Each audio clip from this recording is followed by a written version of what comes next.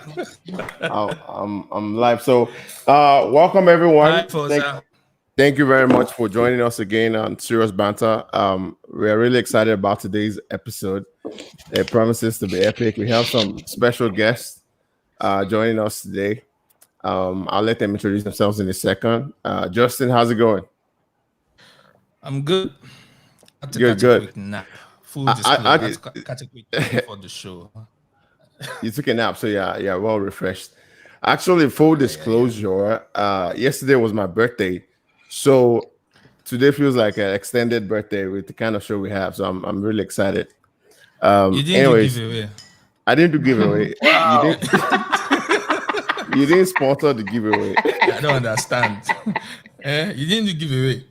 You didn't sponsor the giveaway. Anyways, thank you so much. Awesome. Foza, our boss Foza is our guest host for today. So with me and Justin we're here in spirit and in activity. But Foza would okay, we have LD now. He said we're running a little late. 1 second, let me add him. Hey everyone. Bye bye. How's it going? Listen up, Baba. I'm doing. Hey Foza, hi Emma. What's up, Hi. Justin? LD What's the up, Dr. Don. Sid? How you doing, Everyone, bro? everyone's hype. All right. I'm good. So Chilling. Hold on a second. I gotta switch my audio to my headset. okay, we can hear you. Do I need the headset or Just for sound. Yeah, I don't want to have LD, you feedback. are I on packed them point. out of headsets so you don't have all feedback. right, hold on one second. Let me see. Hey, if I can Foza. switch, Hi. speaker. Hi, Foza. Foza Doza. What's that going? I like that name. Hi, Sid. How you doing? Yeah, actually, I've wanted to ask how you came up with that Foza Doza. What And what LD goes right in. what is Here we that? go. So it's so I was coming into the industry and I knew that my normal name wasn't going to be too cool. So I just like added all my names together. What So is your it's normal name? Fawemi. Your name is really pretty Fawemi. though. Thank you. It It's is. Fawemi Oyinkosola Zidat Adesola. What's wrong with Foza. that? Oh, Foza Doza. Says, Yeah. says the I'm guy. feeling, Says the I'm guy feeling the who's named Foza LD. Doza now more. Well, I mean, I guess I kind of see if okay, all right, cool. Let me shut up. Yeah. I I didn't mean, even I we didn't even think of know it that way. we know why LD, Emma you're on Naira that is table Emma there. Naira. Shake it. Yeah, I know. We know why Emma Naira is Emma Naira. She's Emma. She needs Naira. We know why Dr. Sid is Dr. Sid, right? Dr. Well, Sid, you're Justin, actually a Justin, doctor. me and you, Dr. we Sid, need, you're we need to actually a find doctor, name. right? Yeah, so dental As surgeon. in, can you imagine? Yeah, the dentist. Wait now, don't give them all the content. He will give us everything we need I to know mean, today. small, Quentin. small. Bola, you, All you're right, just Bola now. yeah, B. Nobody knows Bola. All right, so let's get it started. I think it's gonna be fun. I think the best way we kind of want is to get it like 2 to 3 minutes about just everyone. Me and Justin will probably go last, but just I know a lot of people know most of you guys from the music industry, you know, but like they don't really know. There was some stuff I was researching about Emma. I was like, oh. So like if everyone can spend 2 to 3 minutes, and then Foza, it's your It's your ball. show. You can run with it, but maybe just get everyone to know, just to get to know everyone. So maybe Foza can kick it going, and then we'll just step back and we're here for the ride. All right, so who's starting? Okay, ladies first. So, Emma, you go first, please. Okay, hi guys. My name is Emma Naira. Let me give you guys a fun fact. My mom and Dr. Sid's mom actually went to school together. Yeah. Yeah, they are really close. Yeah. Sid is actually the one that convinced my mom to let me move to Nigeria because I was born and raised in America. I've been born and raised in Texas. It's out. I remember that conversation. Oh yeah, and he was very like, I was very, very serious, and he was like, "Are you really serious? Because I'm not gonna talk to your mom unless you're very serious." I said, "Look, Yeah, you have I to just want got it. my degree. This is the only chance that my parents will let me have. Like, you have to." So he talked to my mom. I moved to Nigeria in 2012. Thereabouts, I met Iyanya, Ubi Franklin, and that's when we all started, we were actually advised a lot by Sid and Don Jazzy. Like, we wouldn't really even do anything unless we met with them first. Like, some things they would be like, y'all can't do that. That's silly. That's crazy. That's cheesy. That's corny. And we'll be like, okay, fine. Just give it to us straight. Just give it to us straight. So they really advised us, especially on the business side, because, you know, we were all about entertainment. Like, we were all about put us in the studio, put us on stage. But Sydney was always someone who was like, the money though, are they paying you? Are you just bouncing around? Are you being smart? Are you, you know, don't use your American sense here. This is not the time. Don't use your R&B sense here. This is an actual business. You know, we live a lifestyle, but we're also behind the scenes. They're actual people that advise a lot of people. So my story especially, you know, is directly linked to them. I also had to learn other ways of hustling. You know, I act, I do a lot of entertainment. I do a lot of tags for producers, DJs that people don't know about. I do a lot of voice work as well. So the industry for me has been a lot of growth and a lot of, you know, learning from experience. I had to learn from my own experiences. Okay. Yeah. All right. Yeah, that was a very fun way to start. Introduction. So, Everybody was just like, give us more. First more. off, know, right? introduction. No. Yeah. All right. Hey, feel free to share backgrounds growing up and all that. So anything you want to share is cool. Okay, I went to the same college as my dad and my sister. I played volleyball. Actually, I was a volleyball scholarship. So when I was in college, I did a lot of that's when I discovered more of the arts, because I've always liked to sing, but that's when I did I did some Nollywood movies when I was in college. And funny enough, I was using my scholarship money to pay for myself. Like, in America, they will have something called Nigerian reunions. So every year they would bring people from, you know, those concerts they used to have.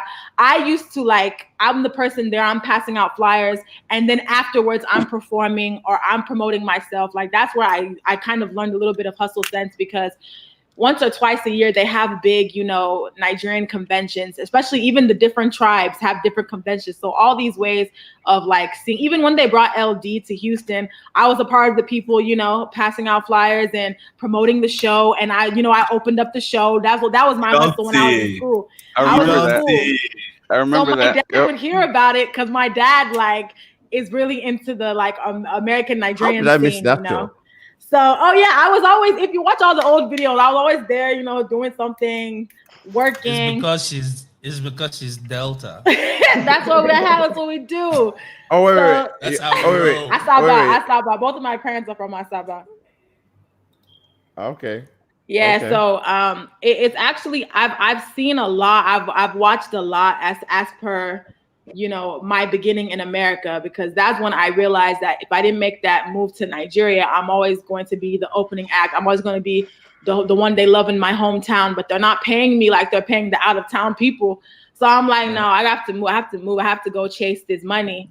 Even though I told my parents I was doing NYSC, which is I actually went to Nigeria as per I'm doing my NYSC. I finished it, and my parents were like, "What?" Excellent. And I tell you, Dr. Sid is the one that really, really was because he made this deal with my mom that he will watch after me. Then my mom now left me in Nigeria and went to go plead the case to my dad. And my dad was like, you know, she has her degree. The only thing he asked for was my degree. He asked for that, and I did that for my dad, which it's still now funny enough. It was like as long as she has education, she has something to fall back on. But with music, you only have so much time that you can actually be active in it. So let her pursue her dreams. If that doesn't work out, and look at it, blue check mark, multiple award winning, superstar performer. They still want me to do gospel album, which I will eventually, for my mother's sake, see what we do for our parents. You know, that's the faith they had. They had the faith that I will use my voice, you know, in the community, Christian community and all. So let's give them one, at least one. I will. Don't worry, I will. My mom has the same book. Don't worry. After having my 2 kids, I have nothing but gospel songs in my. I didn't know what parents were going through. You know, shout out to the parents. I didn't know. I had no idea. You know, I was just living life. I didn't know. So we're here. We're here. All right. Wow. It's going to be an interesting session. That's awesome. Me, I mean, Give us an intro. My intro long ago because this is like we're talking. Why 20 Why you guys trying to have me go last? Why can't I? By the Bro, time by the time I bro. Oh, go, you're the old. they got all the color. They got all the colorful stories, man. By the time I go, it'd be like, okay, all right, cool. No, End of by the the time show. you Let's go, wrap we it up. would have done some of the work for you because part of my story actually starts with you. Nah, My story as a an big man, entertainer starts big with man. you. They This is talk actually last. making Wow, sense. this is a very interesting train because Right. wow. So the beginning of my music career starts with LD. LD's at the beginning of it. You I see? mean, this is a very interesting panel. Now that you mentioned it, so this is going to be fun. So, I mean, I grew up as I'm a village headmaster, son of a legend, son of a superstar, which in itself had its pluses and challenges at the same time because there's so much expectation when you're the son of somebody so popular at that point in time. And you know, at that time, my dad was a village headmaster, probably one of the biggest shows in Nigerian television history, and it was a lot of pressure to live up to that, which sort of kind of molded me into my affinity for the arts. My mom is a creative as well, so she's a fashion designer. She's into arts, so that kind of like the creative gene was always in me. And then when I got into university, you know, as I did win all the dance competitions when I was small, I got part of a group called Rock Force, aka Rock by Force, aka Alajota. Uh, and we did most of the big shows in University of Ibadan. We Pause. AKA the original Alajotas.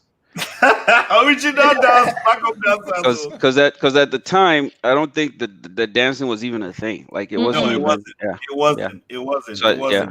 Sorry to So interrupt you. Go ahead. yeah, so I think we had tribesmen come to Ibadan to do a show, and you know, I mean, at that time, these people were shake body things were killing radio. Now, what are we talking about? Who do this rap tribesmen? You know what I'm saying? So, I happened to be a backup dancer for them, and I think we came to Lagos. Unilag Theater was the auditorium in the front to do a show, and Mhm. Tribesman performed. And me, I think that was the same time. Like I think the band Don Jazzy met Mandy Cole or something. Very funny story. I can't remember. Yeah. Anyways, Same day. Yep.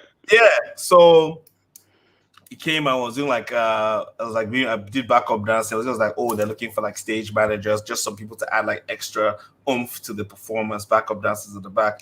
So he hit me up, and I was like, "Come on, man, I don't mind though." It was me and Fella. Was it Fella? Was it Yep, Fella? fella. Yep. Yes, I like the dance fire. You know, so I mean, and that was it. I got in. I was on tour with tribesmen all over the country, skipping Oh medicals. wow. And my mates are doing lecture. We drive into Ibadan, Ife, Benin, you know, dancing. And then I think this was about 1998. Yeah. No, it was 2000. 99. End of 99. Uh-oh. Dr. Sid done froze up. We lose the doctor. He's using Tizeti, man. Tizeti, Dr. bro. Sid just left the building. You just froze up. Don't use Tizeti, bro. Hi, Yeah. Foza. you are listening to Serious. Hello? Dr. C, are you using Tizeti? Tizeti, don't try me. I don't want to. I don't want to use the Connect. Together people with visual I don't know sharing. the name of my network provider. They are usually high speed. Let I me don't know remove what my adding just back. happened. Let's see. My internet connection is super fast. Don't try me and LD. They compete. They play game. You know they lie. No, the computer. No, the computer. You don't get 1 terabyte too. Uh-huh. I'm doing 50 meg up and down. So yeah, I did try. Dr. C doesn't have enough memory. What's that? They're gonna get you like the versus Sniping at you battle. in the mess. Straight up in the comment section. They didn't even wait. So, Children of anger. Don't worry.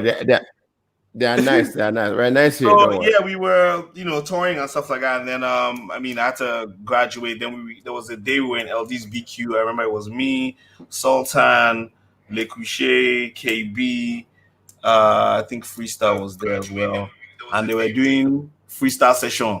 Bad guys and rappers. Hey. They were rapping, pa pa pa. I remember categorically, KB was teasing me. I said, rap now. You know, rap. KB, He did not know. He did not know. He did not know that me, after 40 people on top for how long? I know they rise. I get 116 bar where I no say this one is a powerful something. So I did my 16 bar. I was like, LD was like, potential there that if I wanted to try and keep developing, that he would help. So we worked on a couple of songs. At that point in time, I kept going back to school, writing on instrumental. Then, as the Lord would have it, I came from Ibadan to Lagos, and I had one track inside studio called Work It. LD, Dale, 2 Shots, I think was on that one, and Sasha. He now said it's the tribe, Work It. And all of us say, hold up. What's going on here? Who wanna do? My friend, if you don't do another song that has the rest of us, then you have a problem. You get. So we said, okay, let's now do. I think I don't stop by this time now. Don't stop. No, you already did Don't Stop. I already had like number one record for like 12 weeks on music. You already had a couple records, yeah. I don't get some hits. I don't start small. Yeah. But this Walkins now was the real. This when LD was like he wanted to expand the record label, with Blaze and Double O and everybody. So they had done this song called Work It. I say, hey, these people, they're crazy. They're not serious. We must do another one. So we started doing a song for the other people, like 6 of us that went on the Work It song. And then while we're doing that song, move your butt. Shit, everybody that was on the other song said, if I hear that I'm not on this song. I'm not on this song, right? That's how Oya happened. And Oya had 10 of 11 people on a song, which was probably one of the first times in Nigerian music history you had that many artists. Oh, so y'all jumped off the collab culture on one song. And I believe the video was shot by Ayo Shona and R70, which pretty much revolutionized the way that, people made music videos in Nigeria. And that propelled me onto a lot of other songs and greater shows. And then I went to London and LD died. Yeah, this time after a while, you don't go Yankee. Then I now linked up with the band and Don Jazzy. They came to Nigeria. They started more hits. I jumped on more hits. Then we had the first album, which is Turning Point. And then the second album, Seduction. And then Seduction was actually on Seduction was on Maybe. I was on that album. That was Maybe. Yeah. See, Emanara, I still have that video. That guy's coming. Man. I gave you all my R&B vibe for that video too. See, and I almost kissed you in that video, but that guy's scammed us. Anyways, so I got the Don't Stop. Sorry, I said Don't Stop. Turning Point album, which had songs like Something About You, Over the Moon, Winchy Winchy, Bami Joe, which featured LD, who came and graced me with an amazing verse. I've had an amazing career. I've been blessed to work with a lot of amazing producers and a lot of amazing record label owners that I think when it comes to my career in the music industry, I've pretty much had it easy. I've always been part of collectives and groups that were like the hardest thing at a particular point in time. So from Tribe to Mo Hits to Maven, it's been a very exciting ride. And obviously we know about Maven with Suri. I don't want to take up all this time because we'll there till tomorrow because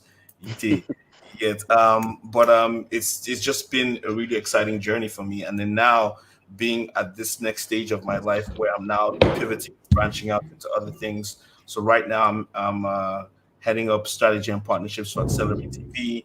I own an esports organization. I'm involved in esports governance in Nigeria. I'm also right now as I'm speaking to you, my head keeps turning. It's because I'm trading. Honorable.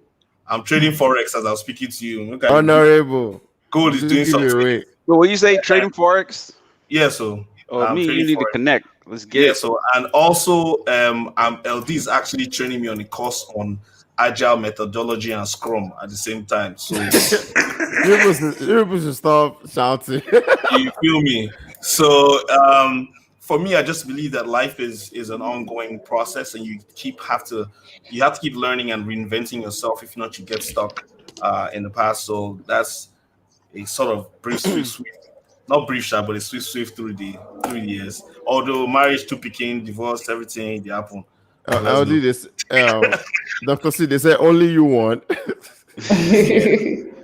All Hey, right, hey, that was like a full intro, isn't it? Like that's essay Justin said, PhD "I really intro. loved Over the Moon." Yes, we really loved that too. All right, OGLD. hey. So okay, cool. So now that you guys have told all these beautiful stories, I don't even know how I'm gonna. I'll try to summarize. Backstory is that I was born in Zaria. I grew up in Kaduna. When I was growing up in Kaduna, there was a lot of um, well, I went to an American school, and because of that, we were exposed to a lot of American culture, right? And also, Kaduna, and this is probably a historical fact, was the first place in Nigeria where satellite TV was even a thing, right? A company by the name ABG had brought satellite dishes, so we started watching cable or like satellite TV as it was then from like I don't know 1980 maybe 5 or 86. Like I actually remember the first episode of UMTV Raps. That's how Wow. embedded we were in like hip hop culture and like Western culture, right? I mean, we were the kids, believe it or not, we were skateboarding, we were BMX stunting, we were doing all break dancing, like we were really, really embedded in. And I think that and I think that that's important to mention because you'll notice that a lot of the folks who did hip hop from that era that were from the north were very, very into it. Like it was like super authentic because we are really soaked in it, right? Anyway, long story short is that's the reason that I got into music in the first place, right? I was just a creative kid. I used to draw comic books, do all kinds of random stuff, but then that's how my music whole interests started. And then the school that I was in, being an American school, played a lot of basketball. There was a lot of beatboxing and hanging out like lunchtime, people freestyling and stuff. So I had to go freestyle one day, and I didn't have a rhyme, but what I did know though were a lot of unknown verses, right? That because I was such an avid like Tribe Called Quest You're a hip and like hop head. I was a hip hop head, so I knew I had like thousands of verses at the back of my soul. I was like, let me look for a verse that I can drop that none of these people are gonna know, and then I'm just gonna put my name in there somewhere. So that was I started off as a scammer, right? So I pulled this verse, I dropped the verse, I put my name in it, and then so the verse is going, and they're like, "Nah, there's no way he wrote that." And then something, something, something, something, and LD is this, and oh, by the way, I'd been LD from when I was 4 years old. My mom's best friend named me that. So anyway, so blah blah blah. So they hear LD in it, everybody just goes crazy. So now I set myself up because I knew they were gonna invite me again. And so now I ran out of verses to steal basically. So I had to start trying to write. And Right. that's literally how I learned to write and, you know, hip hop. So anyway, fast forward, moved to Lagos. My dad wouldn't let me go to school in Yankee like everybody else that I went to school with. Because my school was somewhat of like a feeder. I guess it was like the AIS of the North at the time. Okay. So everybody pretty much left and went abroad, except for KB and I. So KB was also the same school, and we both landed in Lagos. And not only did we land in Lagos, we landed at Unilag. Not only did we land in Unilag, we happened to be staying in the same dorm, Shodende Hall, and we were in the exact same LD hall. was We were all of like, that a coincidence. no, I'm telling you, like all of it You was guys a didn't plan it. coincidence. It was unplanned. Not even the room that I was in. It was unplanned. Like we just ran into each other in the hallway, and I was like, "Yeah, my room's over there," and he's like, "Yeah, my room's over there," and I'm like, "Oh shit!" So anyway, we get together, but there's an interesting part of this. Man, I'm trying to summarize this thing, but it's hard. Hopefully, this is interesting enough for me to keep going. But when while we were on the campus, one of the things that we learned, KB and I, from coming from Kaduna, was that Lagos is a very dangerous place. We got into all kinds of trouble with like gangs and cults and things like that. So we started kind of hiding out. And the only thing we could do away from like being out there with everybody else was to make music, because that was the one thing that we were doing from school. So freestyle, beatbox, whatever, we started recording, and that's how we recorded the first set of demos. And then from there, we met other people. It started to kind of get famous, popular on the campus. We met people. Someone introduced us to freestyle. Freestyle comes over, he raps, we like him, we get together, and then we do the first couple of demos, and the demos kind of blow up. And then we start touring from campus to campus, met Dr. Sid, met all the other artists. People started coming around. Sasha, Dell, Two Shots, Two Ply, Blaze, Double O, Sound Sultan, Daria Talade,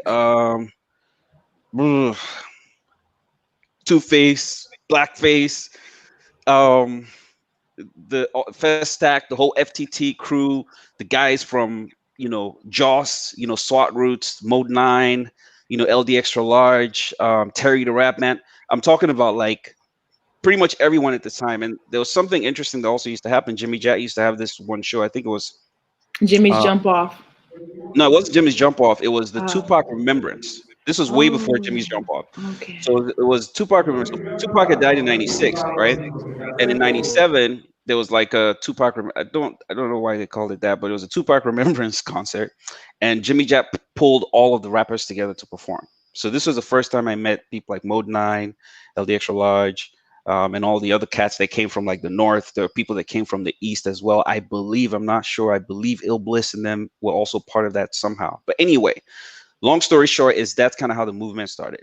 Now that show led to, and also my knowledge of hip hop is what led to wanting to actually build a movement with it, right? And I figured from everything that I learned that it wasn't going to be enough to just have one group that was doing it. So Sid, Sasha, etc., etc. So Oya, Work It, and then all these careers basically catapulted. I felt like I had peaked in Nigeria shortly after that. So I decided, man, I was out of here. I was supposed to go to Yankee anyway. It was my dad that made me go to Unilag, and I gotta say I fucking hated it. so, as soon as I was done and I had the opportunity, I was like, man, I'm fucking out of here. So I left. And then, when I got to Yankee, just kind of music is one of those things where it chooses you, like you at some point. Well, I kind of started off, like I said, as like a con artist, but eventually I got into it. The spirit, took over my soul, and I just always wanted to make music. So even while I was in the US, I released some albums. Those did pretty well. Dr. Sid was doing his thing. I remember going back. I always go back and be like, yo, Sid, what's up? What's up? He'd be like, oh, yeah, the band and Don Jazzy. And then we'll go over to the studios. They come over to mine. It was just like all, a lot of fun. Anyway, history. Fast forward 2010-ish. This is after 5 solo albums, touring, doing all of that fun stuff. I'd kind of decided that I wanted to do something a little bit more serious. And I started paying attention, I guess, to the numbers. Now I was married, I had a daughter, you know what I'm saying? Like, so it wasn't enough to just make, a bunch of money and spend a bunch of money. Like I needed to start thinking a little different. So, investments became like a big thing to consider, considering the kind of money that we were seeing. I mean, we had really great years. Probably not as much as the kids are making now, but I think we had close to $1 million years, back then, where you realize that you spent pretty much all of the money just being LD the Don and buying, popping bottles of Caliente and shit. So anyway, that was $1 million years. yes, sir. Wow. Yes, sir. So the point is, I had to start thinking about how to make sure that things became more structured in my life. And I didn't think that the industry in Nigeria had enough structure to support my dreams. So I figured I needed to figure out what to do kind of next, right? I always had an IT background. I come from a family of engineers. So that kind of helped me pivot very easily. While I was in the States, when I left initially, I was in IT anyway. So it just kind of made sense, when I returned, that I set up, a consulting company, worked for a couple people a little while, and then moved into like agile consulting. And that's what I've been doing since. And I think that's pretty much it. I know that was a long ass intro, but yeah. All right. Actually, that was very interesting because I was going to my first set of questions was going to go swiftly into now you guys came up in the era where I'm going to be very like blunt, where the industry was like shit, right? So it's money, it's garbage in, garbage out, right? It's like the hustle. So my first question would be, how did your degree, because from all the conversation we've had, everyone has a degree. How did because I'm a strong believer in when you finish school, right? It's not as much as the degree, but the discipline to finish that 4 years or the 5 years. How did that degree, getting that degree, affect your business or affect your approach to the music industry as an individual? So let's start with Emma. I feel like just like you said, to get a degree, I had to sacrifice a lot. I was also on a volleyball team, so whereby if you don't pass your classes, you're not going to play, you're not going to get paid. So I was on a salary actually in college. They paid us to play. So if you're not passing your class, I learned how to like maintain during seasons. Like the big season where you chop money is in the beginning of the year, right? They'll give you your refund check. They'll tell you that from this period to this next semester, you have to manage this money, and you also have to keep up with your studies, and you also have to keep up with your training. All of those things. Mind you, in between, I'm doing other things. I'm performing still, I'm modeling still, I'm doing everything in the arts. So I really learned like time management. I also learned how to survive on $1, $2. And in the industry, let me here say you don't know how to survive off of $2 or because you can go from having $1 million years, like what LD said. It's not a joke. It's not a the money that we've seen. Forget about the performing part, because as you're performing, making money, there's also stupid money flying past your head every day. There's a contract here, there's a deal here, there's business here. So you have to multitask. You stay on top of your music, because music is literally spiritual. People don't really know that. People don't really understand that. You can be WizKid today, and tomorrow you can go back to being your regular self with your government name, and nobody will remember you ever existed. So That's right. You could be worse. You could be a non-entity, seriously. And if you don't learn to love your non-entity self, baby, when them flashing lights is gone, you're not gonna be able to pick yourself back up. And a lot of artists don't have discipline. I learned that in college. In college, I learned how to be disciplined. I learned how to carry myself in public places. I learned because all of those things are what they use to mirror your career. If your career is going well and your personal life is not going well, they'll mesh everything together, which will now bring down your money. So I really had to learn that my degree was health administration, which is totally healthcare. I come from a healthcare background. My dad's a pharmacist. My mom did nursing. My sister's a doctor. My other brother's an engineer. So I'm from that type of orientation. So for me, music, my parents always considered it a hobby. They encouraged it when they saw that, their friends are talking about it. We're in their culture. Now I'm in my parents' world, when we're inside the music side. So I really had to learn how to balance all that. And I strictly credit that to my career, and then also doing my groundwork in Nigeria, performing in all those places, at all those universities, forget about Lagos. I'm talking about the hustling that we hustled. Like I had to learn how to make myself uncomfortable to succeed. I had to learn how to make myself hungry for, the industry. If you're not hungry, then you'll get eaten up and spit out. So I learned that in college as well. Great. Sid. For me, it's more, I think, there's one thing that Emma said, which I think is one of the biggest problems in industry then and still today, is professionalism. Like, there's a certain discipline and a respect for an industry that you get when you sort of go to school and have a degree. Not to say that if you don't go to school, you don't have that, but it's something you have to learn. But it's sort of more likely that you get that when you go through a formal education. You're kind of used to structure and the system, and that sort of helps you navigate certain industries. One of the complaints that was very popular with artists back in the day is that, they're not disciplined. They're not. If you give them time, they won't come. Which is why shows never start on time in Nigeria, because the artists will say, me, I'm not coming, because if I come there, there'll be nobody there. But you see, if we started performing at the time you're supposed to perform, and people started missing performances that they've paid for, people would have started coming on time, and then it would have been a whole ripple effect. So, I don't care if the hall is empty. I'm here to do a job. I will perform, and if you miss it, then that's on you. You know what I'm saying? So there's even just the people, way you handle your contracts, the way you handle your interviews and things like that. There's a thing you get from a degree. Now, there are a lot of successful artists who don't have, college degrees or university degrees and stuff like that, and that's okay, but I think they would have to have learned a lot in life to balance up. There is a definite advantage of having a degree and going to university that it gives you, and then how you apply that is also the key factor, because you can have a college degree and just be an idiot. Yes. I'm being a waste man. That's right. You understand? You ain't So lying. it still boils down to how you apply it in your career and whatever you decide to do. So for me, it's definitely an important part. And I think, just for the mere fact that they can say Dr. Sid, he went to medical school, he's a doctor. I'm not gonna lie, that did open a lot of doors for me and gave me a lot of respect even before you met me or you spoke to me.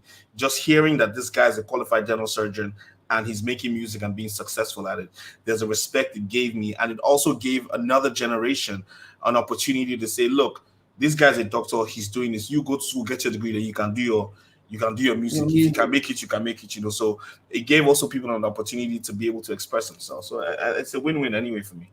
There's a part that you missed out, Dr. Sid. There's an important part that you missed out, and it was that in the early tribe, I used to tell them if you didn't have a degree, you couldn't be part of the crew. Standard. Oh, really? Standard. Everybody in that group went to school. LD was running an elite squad. Everybody Straight was up. like, yo, if you're... I think it's a Unilag thing. Because even the party boys, you had to be like doing proper well in school for you to be a party boy then. This is true, but I think it ties to what Emma and Sid said, right? It's all about discipline. If you don't learn discipline, you can't be successful. It's just period. Like, I don't care what industry you're in. It's even whether it's outside, whatever it is that you do, you have to have discipline, right? And that discipline comes from, like Sid said, structure. Just having that structure. Emma's learning to manage her finances from a very young age. She's learning to prioritize from a very young age. Yeah. Those are the things that going through formal education, enables you to do. And if you go through all of that, like Sid said, and you can't apply it, then, I mean, like you said, some people are Olushi. There's nothing you can do. They just, they and Foza, can I also tell you something that I've learned around? I've always been in a male environment. It's always a male environment. And one thing I learned about a lot of the respect that I get is because I know how to handle money. Like I don't know how to say it. I don't know, but I know how to handle money. I know how to make money. So that's an unspoken thing that I learned. I learned that on my own. I don't know if the men will agree. I don't agree. I don't know. But I learned that I know I can squander money, but I can also make money too. I'm very good at maintaining money. And so God, any money that you feel like blessing on, I'm not just saying, All right. Okay, so this is very interesting for me because I feel like now in the industry we are in a very unique position, right? And I'm very worried about the breed of artists that we have, and it's littered with, I work as a lawyer, a music executive, and I get frustrated every day that I want to just hang up and just say, okay, yeah, I'm going back to like the corporate law because I'll make so much money that I'm making here, right? And you just see a lot of indiscipline, you see a lot of, no professionalism. But one thing that worries me the most, which is one of the things we've spoken about here, is money management. It's terrible. So first of all, in Nigeria as a whole, we have bad financial education, right? So we're taught growing up that save your money, save your money, save your money, right? And that's how you become like rich or wealthy or whatnot. And we've also seen leaders that stole money. So they don't know they can't tell you this is what the principles for success, this is how you make money, this is how to multiply your money. So you're looking at people that the only thing they know how to do is to steal money and put money out. Unfortunately, our industry is a pipeline for laundering and corrupt money and everything. So literally right now in the industry, I'm very worried for right now, the deals I see, people selling off their catalogs for like miserable amounts of money because they are broke, right? So how did you, because every 1 year you've moved from struggling artists to established artists, then broken out into something else, and everybody is married and you have a family. So how did those things accumulate into helping you structure what your current money management practice is? LD, let's start with you. Okay, so education, like you said, is like the first thing, right? Or even learning how to learn, or recognizing that you don't know, right? I think that that's key.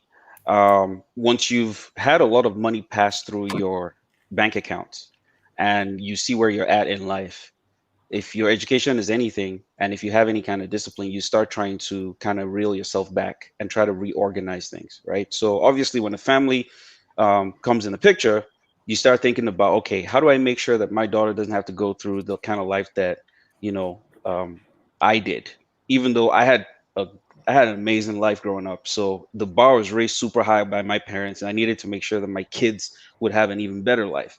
So you start to look at all those things and you try and make sense of it. Now, to your point about people being a little indisciplined and whatnot, I don't know that it's necessarily the artists that need to do that. I think it's the structure around the industry that should help manage that. So managers, record labels, the people around the artist. So the creatives, I think we put a bit of a burden on our creatives, right?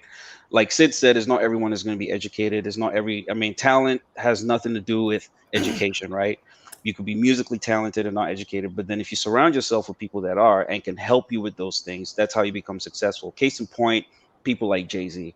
Jay-Z is an intelligent guy, but he's not by himself, and I'm not trying to shit on Jay-Z, able to do all the things that he's been able to do if he didn't recognize that he needed help, right? Needed help from people in the financial space, needed help from people in the PR space. So I think that that's the education that needs to happen, right? Is most of our artists need to recognize that I've been a rapper and that's what I am, right? Let someone who's a financial person tell me what to do, right? I was working on some stuff the other day and I was talking to people about, hey, whatever money's comes through you, you have to, if you can save a third of it, right? Whatever it is, I don't care how little it is, whether it's 1,000 naira or a million dollars. If you could save a third of everything that comes through your hands, like through your bank account or whatever, you'll be much, much better off. It's just a very simple thing. You don't have to be super intelligent to be able to do that. But discipline, again, is where if you have people around you that are constantly reminding you or even helping you manage your money, when that money comes in, you're like, okay, guy, 1/3. We're going to put 1/3 in that account that you can't touch, right? So that you can use it to do bigger projects. You can invest, you can buy land. I mean, I know how many artists during my era who have seen, hell, Dr. Sid, correct me if I'm wrong, but probably up to a billionaire. There are plenty. I could count that more than 20 artists I could count that have seen up to a billionaire, right? And some of those artists today are in rented apartments. That A lot. it makes no sense whatsoever. You get what I'm saying? But then, and the point is, people who are the custodians, such as yourself, Foza Doza, education, I think, is critical because if you educate more people about why they need those structures, then it makes even the entire ecosystem better for everyone else. Because if people invest in those things and it helps and they see how it helps to grow, it's like looking at Maven and how successful a record label like Maven is. There's a reason for that success. Like that success is not just born out of they just get luck. No, it's not luck. It's not just talent. You know what I'm saying? It's deliberate recognition or realization that we have to be very strategic, we have to be careful, we have to invest, and we have to know when to cut things off when they're not making sense. But anyway, get off my soapbox, but that's my So I want to add some stuff to what LD said, and I'm going to speak from personal experience and use myself as an example. So like I said, I've been part of extremely successful record labels, throughout my career, and I've also been one of those artists who has probably had that amount of money pass through his account, and then you get to a point where you look back and you can't actively see what the money has done for you and things like that. And I'm not a daft person. I like to say that I have genius level IQ, but there's something that happens when you are in the entertainment industry. People often use this term "fake it till you make it," but you have to understand that even while "fake it till you make it" has a purpose, when you started making it, don't keep faking it. right. Because you get to a point where you wear the fake Louboutin, you wear the fake chain, you wear the fake this, money. Then people start to this guy is popping. They start paying you the money that you're getting. You are now making more money than you were before when you were soaking Gary. Now you want to eat caviar, you want to pop champagne, you want to do that. It's a normal thing in life for your wants to increase as your income increases. But I follow this guy called Gary Vaynerchuk, Gary V on Instagram, and Gary V says something: live the same way you did when you were making $25 as you did when you were making $1,000. You know that whatever you can save, you have more money to save and invest. Because we get caught up in the hype and the bubble of showing off and keeping up appearances. That's right. That stuff is expensive. And I can tell you categorically, in the grand scheme of things, it doesn't matter. Because at the end of the day, you can only be in the top tier for so long. When I came into the industry, there were artists that were bigger than me. There were the Remedies. There were huge artists. A new era of artists came through. We knocked them, or not knocked them off the table, but we kind of came into that top position. We stayed there for a while, and then there's now a new breed of artists. So people coming into, like, imagine people telling me, Dr. C, I haven't heard from you. I'm not making music to try and be number one. You understand? That's selfish and crazy of me to want to still compete in an industry where my position right now should be passing knowledge to a new generation to take the music to the next level. You get that's a misplacement of priorities and misunderstanding my role in the industry. So back to what I was saying about the thing is you have to be able that's where the discipline comes in. Understanding that look, we get used to it. The more pop champagne was brewed out of going to the club and spending and popping 70 bottles of rosé. Shit, I remember them motherfucking days. Yeah, I'm not joking. 70 bottles, and we would do that Friday, Saturday, Sunday, and the bill 4 days a week. Actually, Monday, yeah. Tuesday, Wednesday, Thursday, Friday, Saturday. Good story. And this is 1.2 million naira for drinks in 2009, 2009. So you guys basically made the club owners rich. Hell in. Hell yeah! But then before the Young Boys came, it was all music money. There was no. And you come. I look 5 years down the line. I don't own a house. The house I tried to buy, they scared me off that one. So you don't have a house. I'm serious. It's just It's deep. What he's saying is like. No, he's real. He's being you come real. back and then you look 100%. And then you sit down and there's a 25-year-old guy who's trading forex and the guy has Ferrari and this and he's telling that his mother at 45 should retire. You know what I'm trying to say? I feel like this is a very important. Sorry, Sid. Sorry to jump down your throat, but you're going to just hold that thought. It's okay.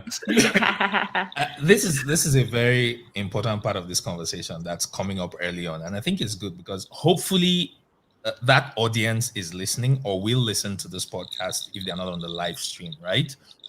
It's important for people to realize what the pitfalls are. You are in show business, and there's nothing more resonant than the guys who've been there. I mean, we have Sid, we have LD, Emmanuel.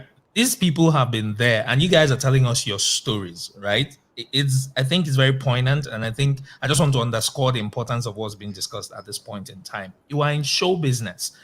That's a concatenation of two words, show and business. By all means, do the show side, but don't forget that the reason why there's a show is that there needs to be a business so that you can make a livelihood. Otherwise, you could have been bossing on the sidewalks and not doing it as a career. Yeah. So let me just round up very quickly. And just right off what you said, one of the LD posted a tweet a couple of months back, and he was talking about how and Foza, you sort of represented that today when you say, who do we look up to? We have politicians and leaders who can't sit down and mentor you and tell you that this is how I made my money. Do you know what I'm saying? In the industry right now, there is a lot of structure coming in because, I mean, Maven, I'll use an example, has international investment. We have a global team that works on Maven Records and Maven Records artists. And you can see from the new generation of artists that are coming out, Rema is a global superstar. Now, I'm not saying that just to hype, but he is a global superstar. And there's a force that goes behind that. But now there's a thing in Nigeria that happens, and this one is from time immemorial. You know when they say if you want to travel, don't tell your neighbor because he will jazz you. You understand? The people who have sort of understood the way to do it the right way, a lot of those people don't like to share their secrets, because if you become look gatekeepers. if you look at what happened to pure water business in Nigeria, the moment one guy told everybody that, oh God, yeah, am I still here? Yes, I was The scared for a moment- minute. No, see, I'll say if you look at what happened to pure water business in Nigeria, the moment one guy started making pure water and told his neighbor that I just take pure water, I put inside bag. Look, the first people that started pure water business sent their children to America of pure water business. Then pure water business now became pure water because everybody was doing pure water business. Pure water business. And so people say, if I share my knowledge, everybody starts doing it, and then it now reduces what I can make. The feeling of wanting to share, like no Davido's popular comments, we rise by lifting others.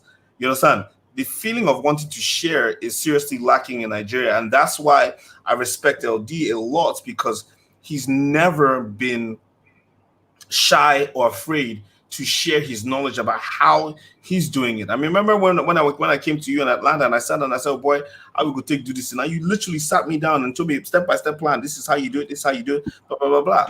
You get. Also, another thing is absorbing the knowledge, because you can see one young artist now and try to give him advice, and the guy's looking at you as if you've been a has-been. What are you trying to tell me? You know what I'm saying? You ain't popping. You get what I'm trying to say? Nigerians also have a thing where they only respect money and success. So if you're not in a position of success, you can't pass down knowledge. What people don't understand is that even the guy who's not successful but has experience, has knowledge to pass down that you can use to either avoid what he's gone through. There's so much more to learn from failure than there is to learn from success. I tell people this all the time. You learn more from the people who failed than from the people who succeeded, because a lot of times 50% of the people who succeed out of luck. You can't teach luck. You know what I'm saying?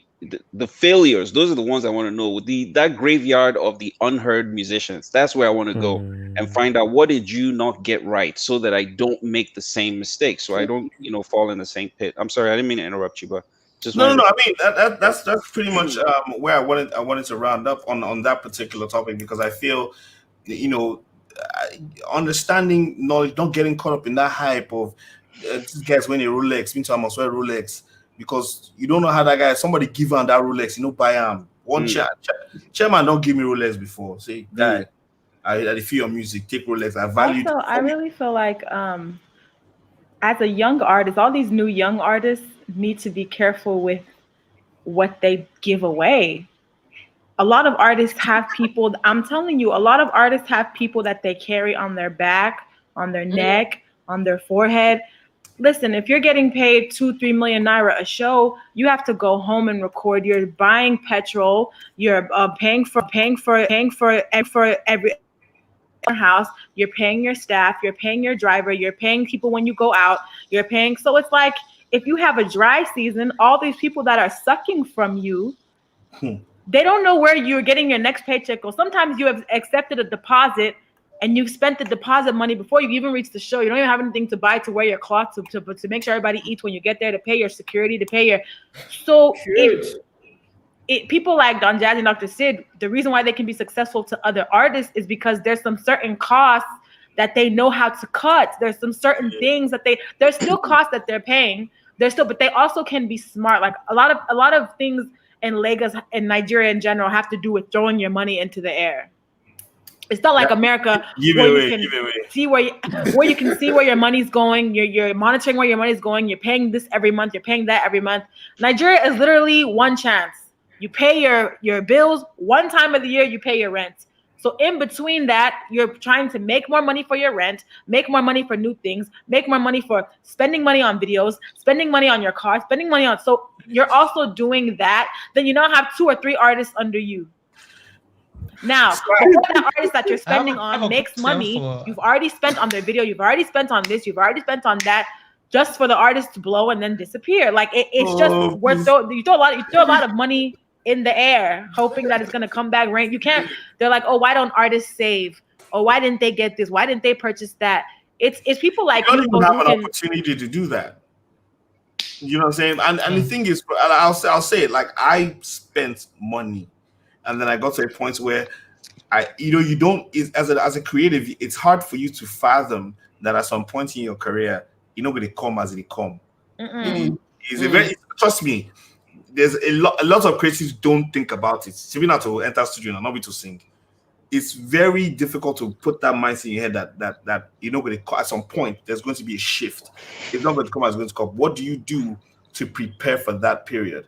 Right. So the reason why I said I was going to use myself, I fell into that trap. By the time I had Surulere, I didn't believe that from Surulere and higher we go.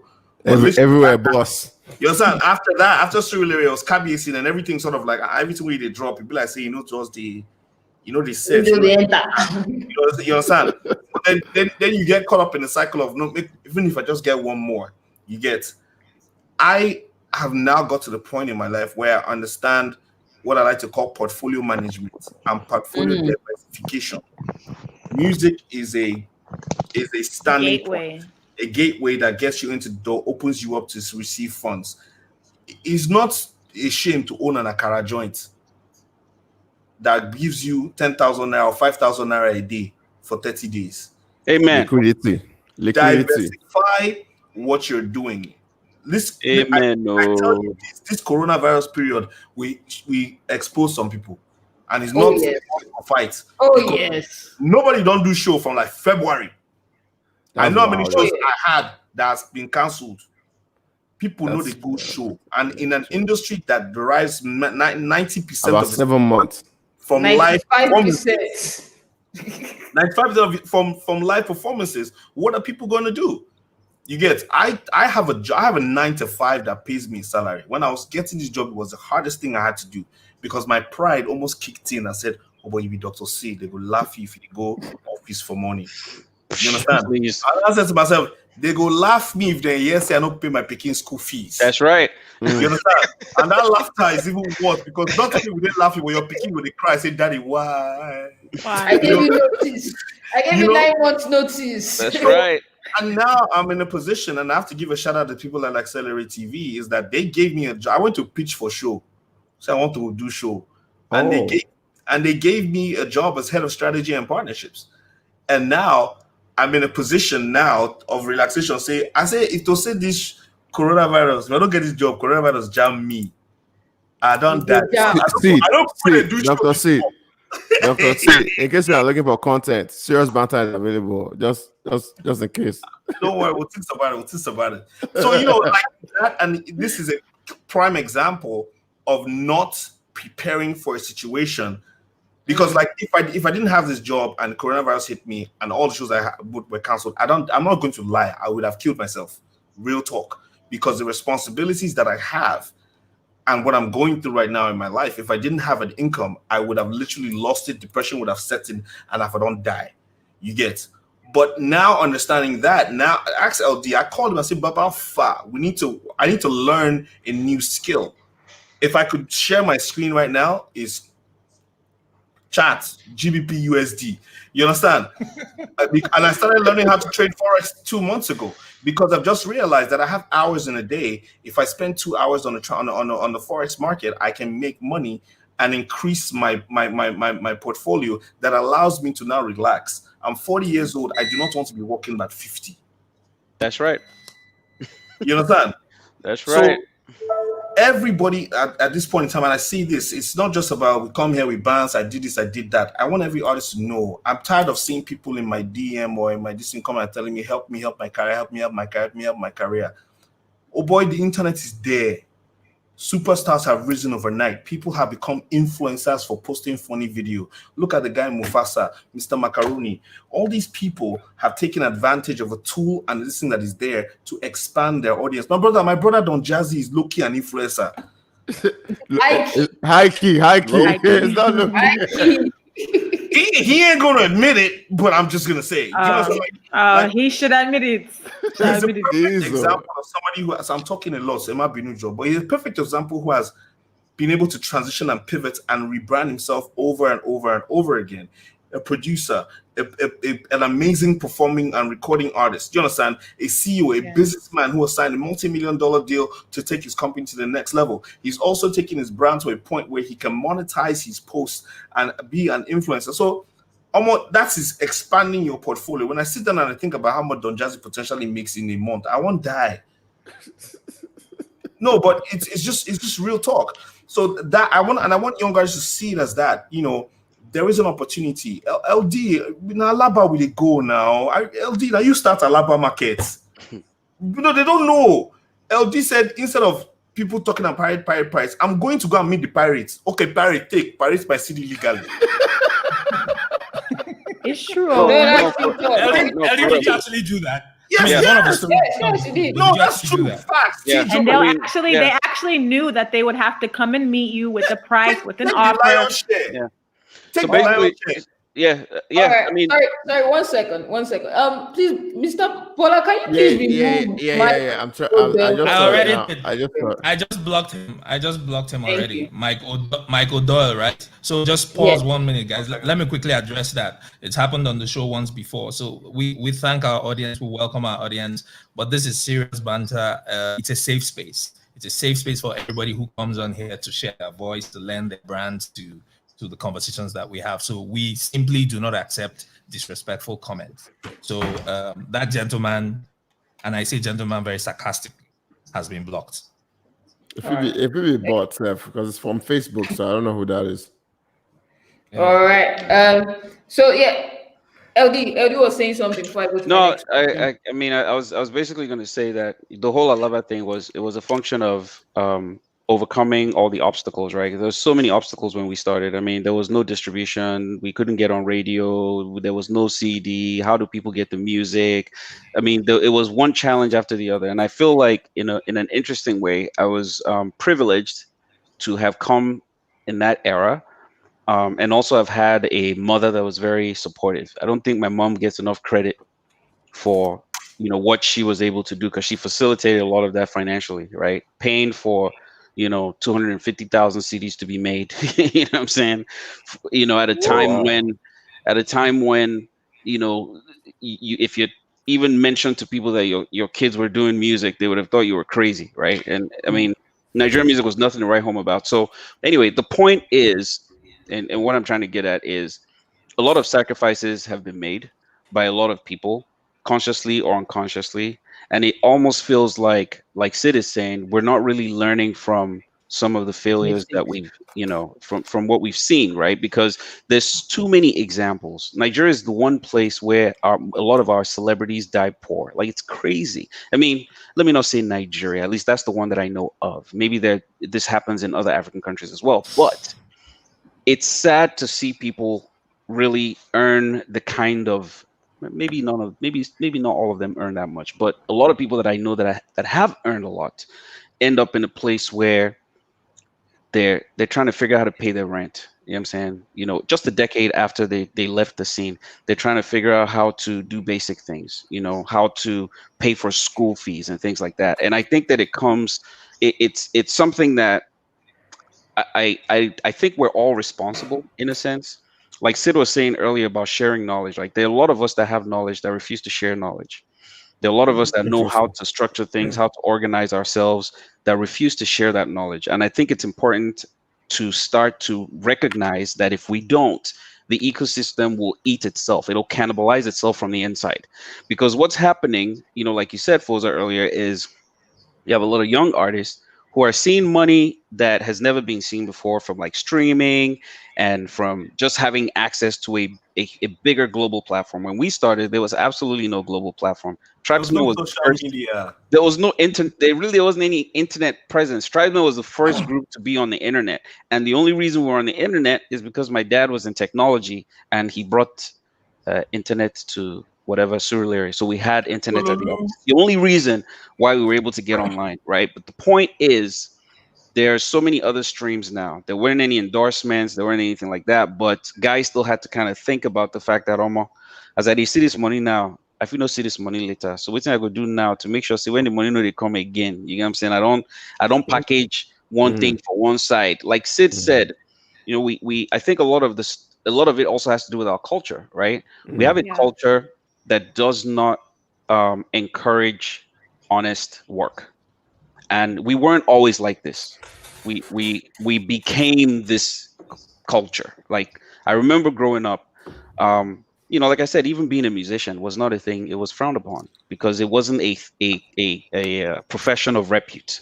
You had to be a lawyer, doctor, and engineer. You had to be doing something constructive in the society. You had to be building, helping people. Doctors wanted to have their own practices. You know, lawyers wanted to set up their own, you know, firms and do positive things. But then somewhere along the line, we lost those values, and basically the scum of our earth floated to the top, and the worst people became the role models, right? And people stopped respecting hard work. So how do you teach someone, for example, that it's better to save money and invest when all the role models they have steal money? They don't invest any money. You can't walk up to, I dare say that all of our billionaires, if you line up all of our billionaires, you can't walk up to 10% of them that can tell you honestly how they made their money outside of outside of it being some sort of LD Johnson. Justin, casino why are you cuisine laughing? where Justin, this, why are you that. laughing? No, real talk. So when you have when that's the norm, the kids that are coming that were born into that, like we were born into a Nigeria that functioned. Guys, when I was growing up, when NEPA wanted to take light, they announced it on TV. That's the Nigeria I grew up. They call, yeah. They announced it on TV, like you will see it. Okay, there's going to be power cut between Yeah. 2 p.m. and 3 p.m. because we need to do so and so and so and so. On NTA, you would see it, right? And then you have kids who were born into a Nigeria where the generator sound is the first thing they hear as they pop out of the womb. They can't see that's their reality. That's the only thing they know. So when you tell them about this alternative, idealistic, you know, reality or That's why I Nigeria, feel or like thing, when you're telling artists to save money, like they don't get it. how? Like, what am I saving money for? I mean, How? look at the guys where I won't be like this guy. This guy right here. We People just are pop flying 70. private jets. They You are, don't they're understand. wearing Patek Philippe and all these things. Uh-uh.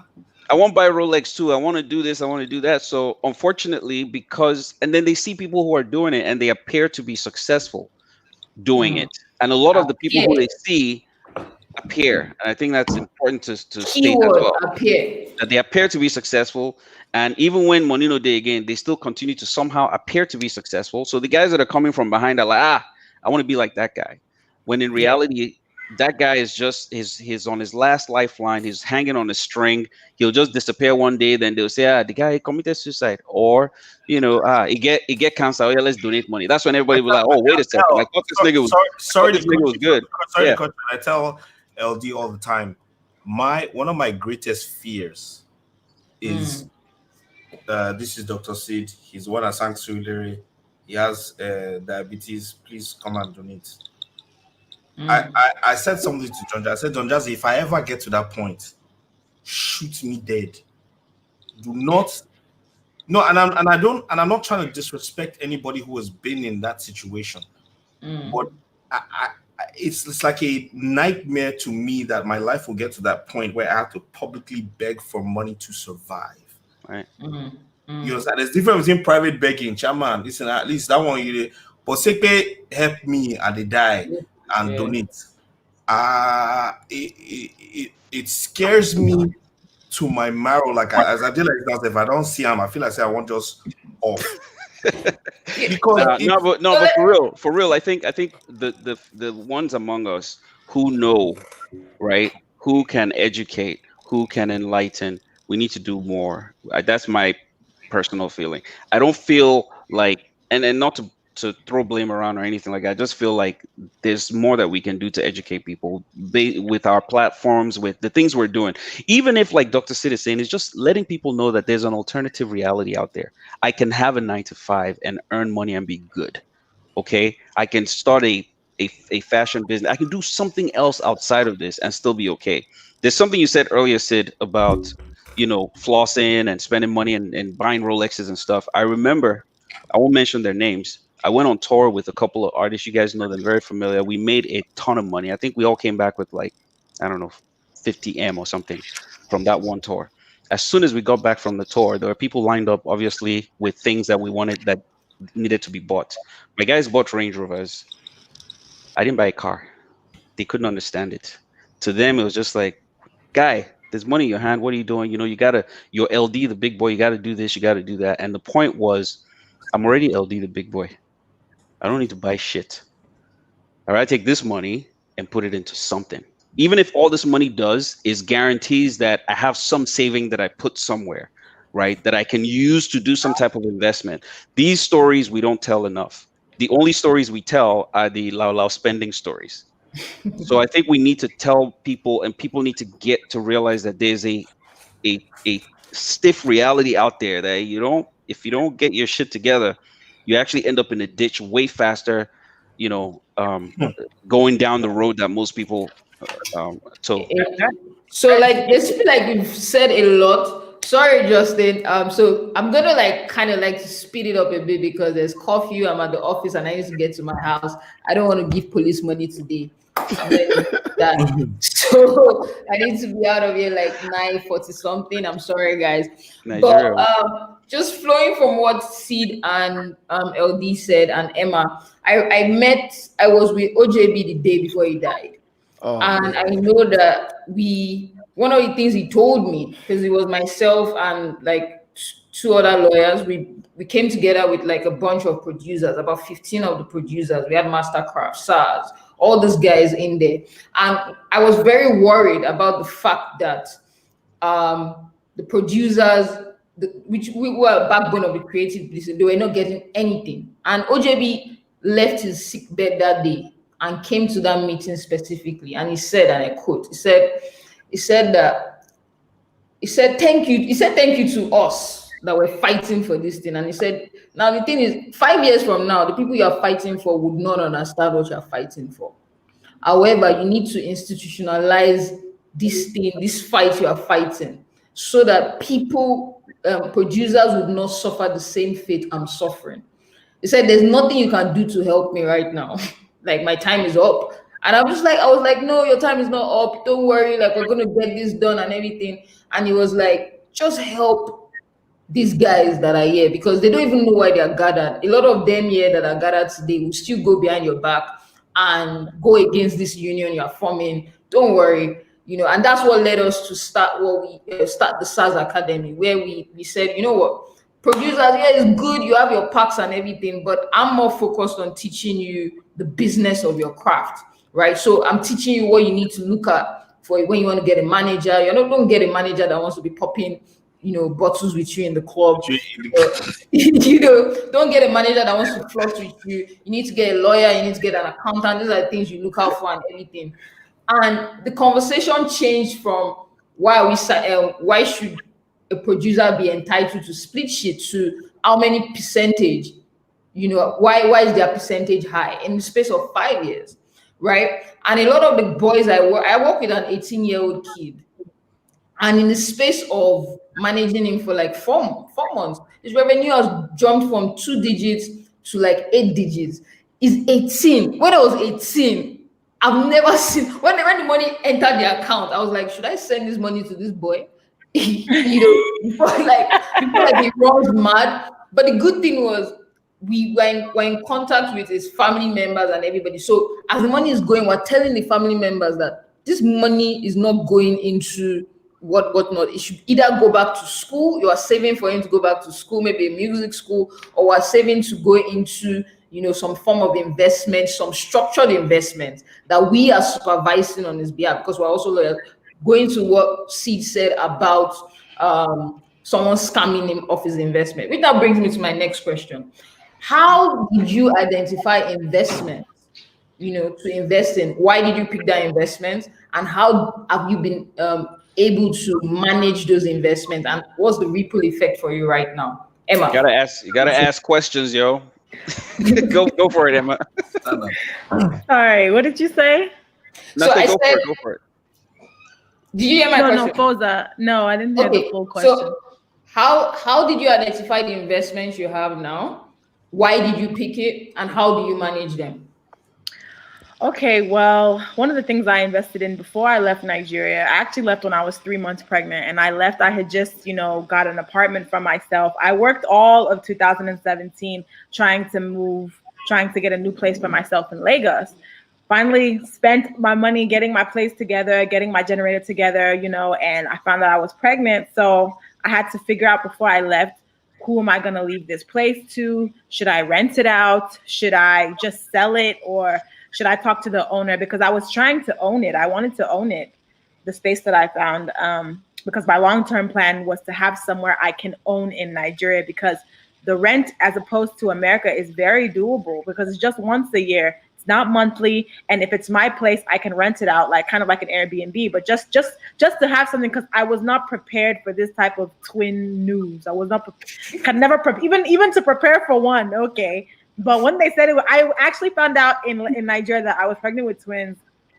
So my mind immediately, I was like, music, whatever money I'm making from music or going to make from music is about to pause. Like, this is about to pause. So I just said to myself, their dad is in France. I said, let me go to France and see, somehow, let me see how I can take care of getting some cash now. So I was able to rent the apartment out. The person is still paying me rent. This has been 2 years now. I've been able to do that. That type of investment now, I've seen how that can help someone. I've seen how I can liquefy that. When I start to make more money now, I've kind of learned how to invest in things that will liquefy instead of investing in things that will, maybe over time because I can make quick money, doing influencing, and, I was doing appearances and things like that. I was still doing that after I gave birth and whatnot. But this has been the one thing that I can say that if I'm in a bind, that money is always that I can always expect that money. Sometimes it's an advance of money. Sometimes it's one big payment, but there's always in the back of my head, I know that there's that cushion. I'm never going to be completely on my ass. So as an artist, to start to learn to invest in things that will talk to someone like I spoke to Foza behind the scenes. I was telling her that there's someone who owns my music, that's making money off my music, that's been making money off my music, that I don't know who the person is. I don't know how to identify the person. I don't know. So as an artist, you have to be careful with, like you said, who you sign your money to, your music to, who owns your catalog, who owns it. Because I was told a lot of fantasy stories. It was my sister that really told me, make sure you're getting your payments, make sure you're getting your deposits, make sure your name is on things that you're signing, make sure you're signing, there's a lawyer present, like all these things. It seems very little, but especially in the long run, when you're not a #1 hit artist, your revenue streams and all these different streams of money are what is really going to keep you afloat. Interesting. Sid. For me, it's pretty much like I tell people, like, I'm in a rebuild process. So I've literally lost everything and had to rebuild. And like the situation that I'm in right now is pretty much finding a level of stability, which is getting regular steady income, which is the reason why I had to get a job. And now that I'm in a position that's comfortable, I can take care of my basics and my immediate responsibilities. Now it's about expanding your portfolio. But for me, I find that, and I've always said this about education, is that being able to learn and self-development is very important in progression in life.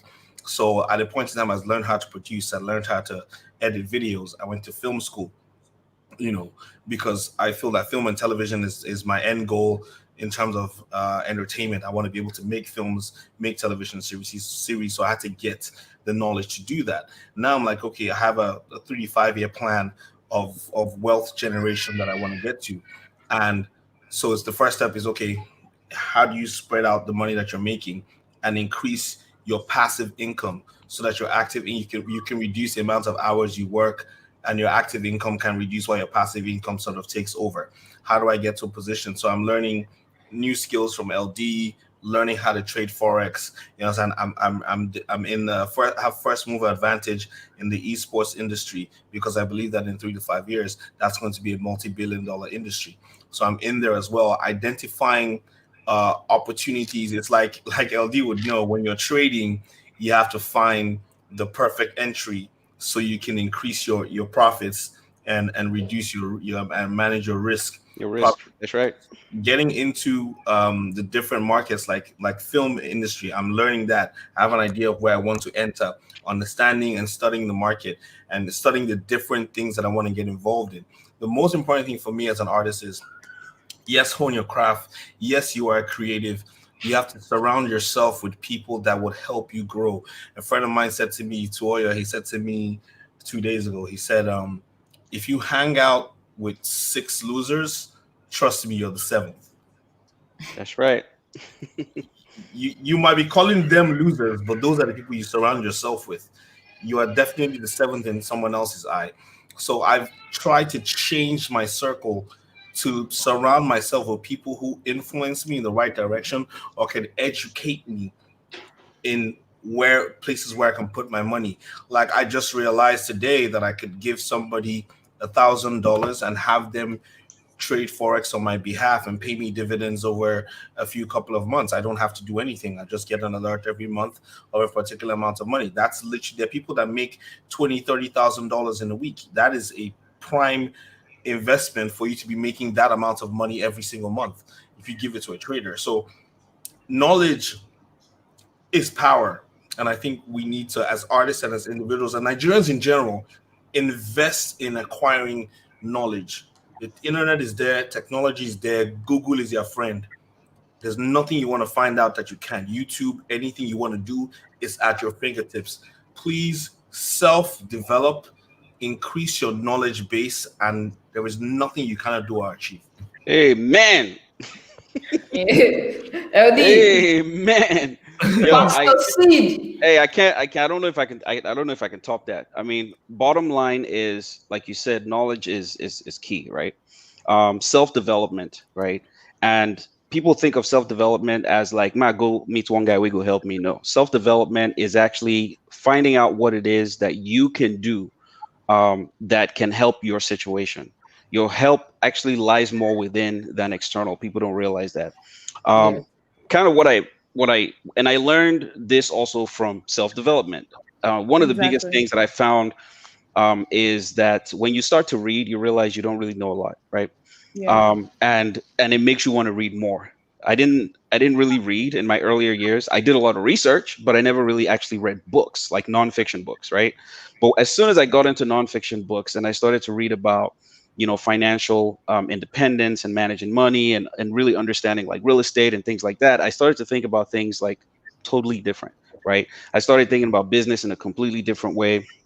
I started thinking about life in a completely different way. And this is actually one of the things that informed my decision to actually leave Nigeria. I had the option, being in Georgia. And I was like, you know what? I think the things that I need to be doing right now, it would make way more sense for me to do them in Georgia than it would for me to do them in Lagos, which is part of why I left. Here's my principle. And hopefully somebody listening will take this away, if nothing, from this conversation. The minute I started thinking about, um, money making versus wealth generation as two separate things, that was when my life changed. The minute I started seeing money as something that comes and goes, right? And that the real goal is not the money, but something that always gives you the money. So the real goal is, money is not the goal. The goal is an asset that gives you money. The minute you start to think like that, then everything changes. Dr. Sid talked about setting up a pure water business. That's a business. People are going to drink water all the time. They will need pure water. Pure water ain't going nowhere. We have people with hundreds of millions of naira trying to figure out what to invest in. You can invest in pure water business, but oh, it's not fancy enough. Guess what? There are families, like Sid said, that have sent their children abroad off of Mhm. selling pure water. You have to think about it from in a black and white sort of, from black and white perspective. But anyway, back to my point. The minute I realized that money is not the goal, that assets are the goal, was when I started to look for those things that could actually be those wealth generators. So real estate was kind of like at my fingertips. My wife is a real estate professional. She was in Nigeria. She did a lot of developments. She's doing, similar things over here. She's a realtor in Georgia. She's sold a bunch of homes. She's doing XYZ. But having that, resource and then also continuously reading, self-development again, and really trying to understand what is the quickest way to this target. It's kind of what led us on the journey. A couple years back, we started doing something. I'll talk a little bit about it. I know we got to wrap up in a little bit, but we started doing something in real estate investing where we essentially buy homes that are distressed. We fix up the homes and then we list them up for rent. But before we do that, we refinance. So essentially, the way that we work the numbers is the money that I put into that deal, I take it right back out, but I keep the house and I put a tenant in there, right? And the minute I figured that out, I was like, oh man, I ain't got to do shit anymore. I mean, Soft money. I knew immediately that, oh shit, this is what my ass should have been doing this shit from Real like estate. 20 years ago. You know what I'm saying? Yeah, that's what that market my dad is on right now too. You know what I'm saying? And I would encourage anyone who can to really look into these things, because once you set yourself up like that, then obviously it's hands-free money. Like you were talking about, Dr. Sid, wealth generation, passive Hands-free income. money. Passive income is the goal. Not, oh, I won't do show, I won't do endorsement. I want you to do show, do endorsement is money.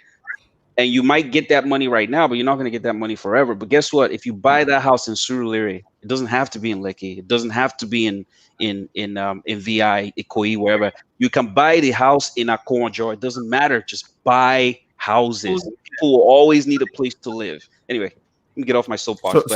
I'll do real quick. Can you add a little bit of your foray into tech?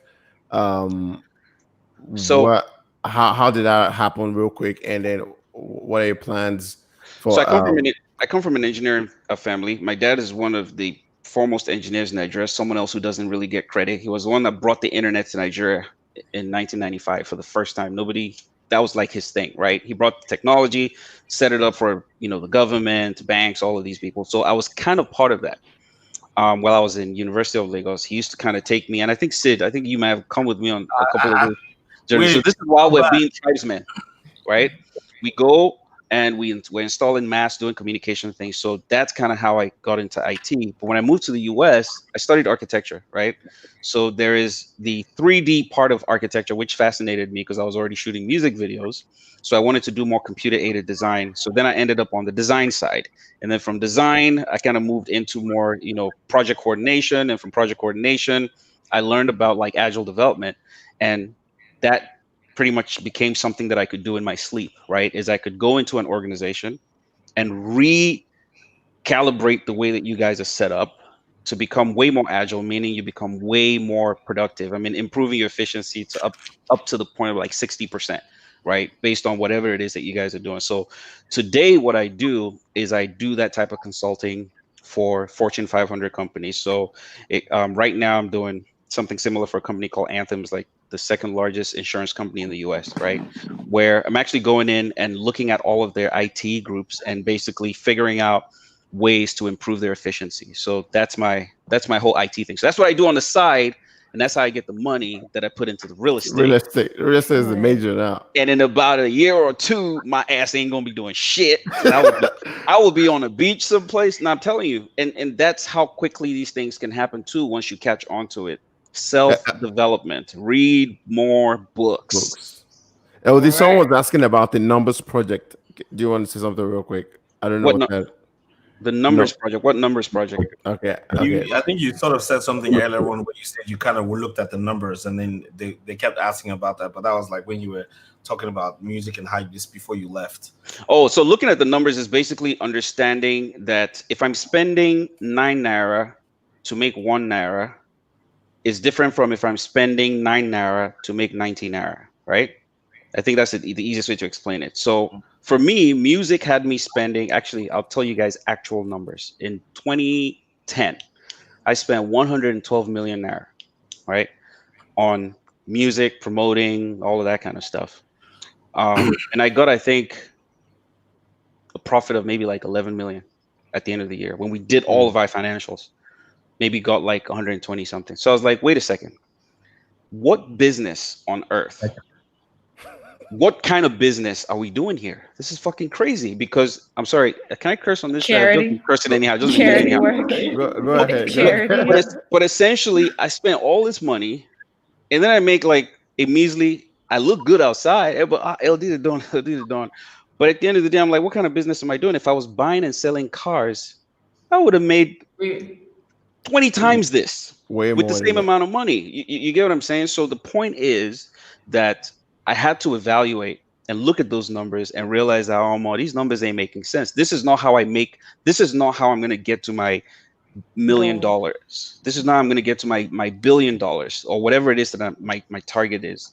And that's what informed my decision to leave. This is not to say in any way that people can't make real money in music. That's not the point I'm trying to make. The point I'm trying to make is that for my situation and where I was at the time, it just wasn't. There's so many other things because I had so many other skills that I could use the same capital for that would make me like a ton more money. They were Ton of selling money. houses in Georgia for 15,000, 10,000. I could have bought entire blocks of real estate, but I didn't know about real estate at the time. We were in Caliente buying, like Sid was saying, 50 bottles a night. You know what I'm saying? We were in South Africa. We went and rented, penthouses in Imagine Cape if we were Town. investing in land back then, what it would have Listen to appreciated to me. right now. Listen Wow. to me. I mean, we did Wow. kind of dabble a little bit. Yeah, some governors used to offer, like, if you perform here, they'll give you plots of land. A lot of Oh, people man. weren't taking those things. But oh yeah, plots of land, chieftaincy titles, everything. Yeah. Oh, Interesting. Yes, So, sir. so from what we've picked from here is one, real estate, right? Real estate investment. Two, investment in yourself, which is very key, and which leads to the other one that gives you your soft, passive income and stuff. Emma mentioned something also on ensuring that the IP you create, right, is properly managed to also bring that passive income in. I'm going That's to right. Elvin's point about spending 112 million, and I do a lot of spreadsheet presentation to actual people that have actual money, right? That is not like, it's not Yahoo money. It's like, yo, I'm bringing in 200 million. What is the path to profitability? And when we finished the Excel sheet, there was one time I did it and I was just like, I did a projection of 50 million for just an album. And this was the most conservative budget ever. And when we Sounds did like that, the most conservative budget, and this was because I understood some other things and some other places and everything. And it was still giving a 10% profit in 5 years. And the artist was telling me, "Oh, pad it up, just make it." I said, this is my How certificate. you gonna pay back? Yeah, my certificate is on the fail. line. I don't want to be in Kiri or EFCC or whatever, because these are serious people with numbers. So I agree with you. Even till now, it still doesn't make any form of sense to invest. If we're keeping it a buck, it doesn't make any form of sense to invest in music. And this is because we've not, as an industry, invested in the other structures, that is supposed to create the wealth that you're talking about. Right. So even now, Sorry. Yeah, even go now ahead. that we're seeing all the foreign investment, I've had conversations with the big three, and they always just look at us and they're just like, "What kind of jungle are you people operating?" Like it's like a jungle. And there's so many revenues. Like, we could make money off of merch. There's no major artist who makes money off of merchandise. A simple website with your merchandise on it. They're set up, but why aren't we making our own? Culture problem. No, I don't know if it's a culture problem. I think it's a disposable. No, it's a disposable income problem. I think, Emma. I think it's actually a disposable income problem. We don't have enough money, right? So let me give this analogy I gave, right? The average disposable income from the past 5 years, which is even depleted now because of the current recession and everything, was pegged at 5,000 naira.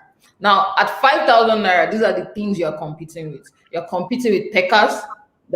You're competing with the prostitutes. You're competing with alcohol. You're competing with weed. You're competing with just chill out with your friends. So the average guy is looking, why am I going to spend 500 naira or 1,000 naira on music? So right now, music for us is just luxury. Like, I'm entitled to the music. That's why I will go and download it for free, even though it's luxury, but I still want it because I want to feel among, So I keep telling people that as an industry, to make like that, to be successful just off music, we still have like 2 decades to go. And it's I don't know if it's 2 decades, because here's what it is, and I'll say it. The advent of the internet, and there's a lot of stuff that Nigerians catch on pretty quickly and also slowly at the same time. If that makes any sense. They do. But I can tell you for a fact that I handled Maven Record from Mo Hits to Maven. I handled most of the digital distribution, so I'm well aware of the numbers of what each and every single artist was doing, and I can tell you categorically that now more than ever there is a high demand for music, for African music globally. Yeah, and with the right songs, you can make a ton of money. What I would like to see, because and this is something I know LD tried to push, which is accountability from the media houses, which is radio and television. And LD had a play data, right? Play data, which was supposed to help curb that, keep the record labels and the TV stations honest, and create wealth for artists, but also give advertisers an opportunity to track and actually see data on what they're doing. But I find that with Nigeria, in the midst of chaos, somebody's making money, so they don't want to fix it. So let me a very important, interesting point, because I wanted to also go to that point. But you see, the thing is, I like that we say Nigeria catches up and everything, but this is the problem with us catching up. When we catch up on a very faulty foundation. So even if you catch up, it comes crumbling down. So right now everything is fine and dandy. The streaming is going on and everything, but there's a huge problem right now, which is the portfolio management. Emma was mentioning about. So let me give you an example, and I'm going to call names: Blue Pie Records, or whatever their name is. Those people that keep stealing people's stuff and putting it on iTunes. I don't know. Yes. And they've been making a shitload of money from the biggest pop records of this decade, from publishing, from masters, and nothing is being done. And this was until like 2 years ago, and I found out, and I'm doing like catalog management for one of my artists, and I keep seeing their name. I'm like, who the hell, are these guys? Right? They've actually registered music, registered your info. The boldness of them is that they actually register your info and put their name on it. Like, it's not like they're hiding it at all. They're not hiding it at all. So wow. I had a client, when we finished the catalog management, we were looking for a check of $60,000. Huh. And this check was paid to the company's name that was registered in the US. And I'm asking my client, did you sign it? One babe come into your room, maybe gave you one letter, because that's what they do. But in that situation, because that situation is actually kind of stopped now, because a lot of, especially because of those Blue Pie guys specifically, a lot of distributors and aggregators got a lot of lawsuits from a lot of artists. So right now, if you want to put your music out, there are lots of papers and legal indemnification that you will sign. You have to sign. Yes. That's what I'm saying, is that the industry has grown. And I'll tell you this for a fact, I can't lie to you. Mm-hmm. Streaming numbers right now are crazy. They're nice. A lot of them are not coming from Nigeria. But let me see, which is the conversation we need with 5G, when internet is not so expensive, and it's available and fast and high speed, people can do more streaming, which is why I'm very optimistic for the streaming industry in the next couple of years in Nigeria, because coronavirus and COVID has shown us that people actually have the ability to spend on streaming platforms, subscription platforms, iTunes, Netflix. We can spend. You get. And the rest. In next 2 years, it'll get better. Yeah, but it's fantastic. But we keep forgetting the marketing expense that has to go in for you to make that streaming money count. Let me give you an example. Wait. Dr. Sid, allow Foza to have this conversation, because you already know the CEO at 300. Keep quiet. Listen. A million streams on AudioMac is not up to $500. DP? AudioMac DP?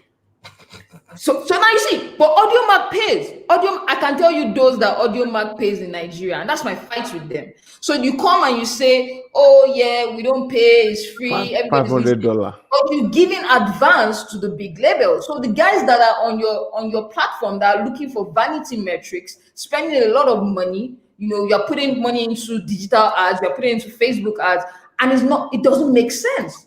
Right? Yeah. The same for YouTube. For you to get 100,000 views on YouTube, you have to spend a minimum of $700. 100,000 views doesn't equate to $400. So mind you, in America and in Nigeria, their YouTube rules are different. If I get a million views in Nigeria, the pay cut is not the same as if I get a million views registered as an American company. It's different. As just a blogger or a vlogger in America, if I get a million views, I'm gonna get a different check. It's different checks. So it's different. This is what I'm saying. And just to say, to answer your question on your point on marketing, here's what I find. A lot of people think that it's marketing is just selling. We keep selling products and forget that we need to sell brands. If you're an artist, you can have the hottest record in the country, but if you don't have a brand that we want to listen to or follow, I'm sorry, your hot song will die on the platform. So in terms of marketing, is beyond the talent and the songs. It's now about you as an individual and how. Like, I don't care. The new metric for success of an artist is not how many followers you have, it's how much engagement you have. So people can have millions of followers, but 10 likes or 20 likes. I want to know that if you have 500 followers, 400 people are liking or commenting on your stuff. I want to know how many, if you cough, how many people will catch coronavirus? Because I can scale that up. You know what I'm saying? And that's what people tend to skip. And that's why I look at the industry. It's like, all of you are just rushing to gain followers, buy followers. No. When it comes down to the numbers, I don't care how many followers you have, how many people are engaging with you.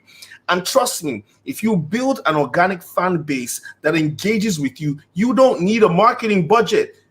Wake up. Hello, ladies and gentlemen, or your market say go. They will sell your market for you. Hold up. While I agree with you, Sid,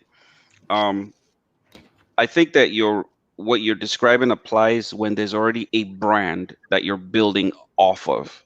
When there is no brand, when you're like brand new, when you're Rema before Maven, and you need to do Rema numbers, you need a Maven to do Rema numbers. That's my point. Like, the music could be the best thing since sliced bread.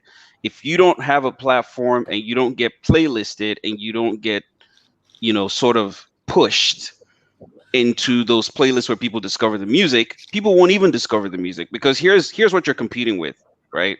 You're competing with the majors, right? Who've already bought all the slots for playlists on radio, on TV. How do you get on Jimmy Kimmel as an unknown guy from Nigeria? That shit is not happening, bro. When you get on, even if you spend 20 million on marketing, that's my point. So when you get on, that's my point. That is my point, Sid, is if you as a new artist need to do things like that, man, money must bono, as in a lot of money. I can tell you for a fact, we didn't. The marketing budget that went into Rema is not as much as people think. Bro, you're talking about Maven. Well, it's leverage now. We know you're investor. I know you're investor. Yeah, you're talking about Maven, bro.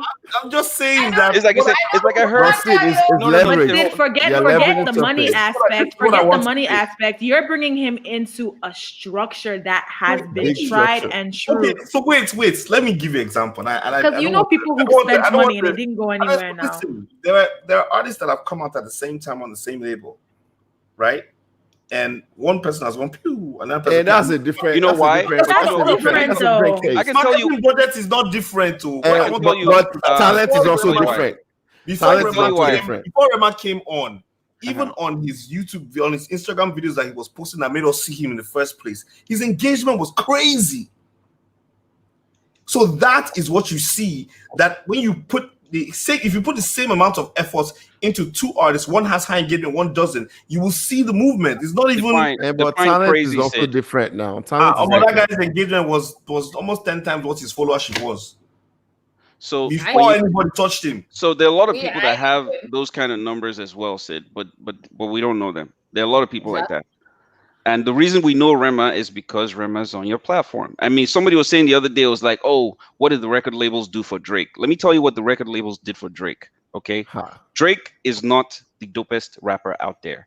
Drake is a dope rapper. I love him, love the music, but he's not the dopest rapper out there. It's not about the music. Is that when Drake's record comes out from gospel LD, some to people rock don't and agree roll, with this your statement. Some But people he's not hey, lying though. no, He's not I'm just being lying. for real. I'm just being for real. He's Like not lying. from rock and roll to gospel to Afro beats, all of the playlists in the world. Punk rock had Drake on the playlist in the number one position on Spotify and iTunes. What the fuck? When you do that, you essentially give the person leverage. So there is money that needs to be spent. Burna For Boy people. is prime example right Do now. you understand what I'm saying? Like people think like, oh, it's not just the music, bro. There's plenty It goes that back to goes what on. you were saying, LD, what you were saying about surrounding yourself with people like how you said talking about Jay-Z. Drake That's has right. surrounded himself with people who he knows he's not the best singer. He knows he's That's not. right. This is what he knows about himself. He already knows. Why do you think he will go? He will always be in other people's culture because he knows where to place himself. He knows where to. They call him a culture vulture. Okay, but is he making that bread over there? Yes, he has songs with Koreans, K-pop people, with just like Snoop Dogg. Same thing. So all right, can I chime in real quick? Okay, right, sorry. let me say something. 15 out. Sorry, one. Just bouncing off what Dr. C said, talking about brands, right? I want to ask everybody, what has your brand, done for your brand as an artist? How did it open up a new, income for you, or a new passive leeway for you as a person that you're now leveraging and benefiting on? Can I start? Yes. Can I start? Yes. Zero. My brand did nothing for me. I knew I was going to say Let that. me tell you why. Let me tell you why. Let me tell you why. Because I always wanted to go in uncharted territory. The places where my brand means nothing.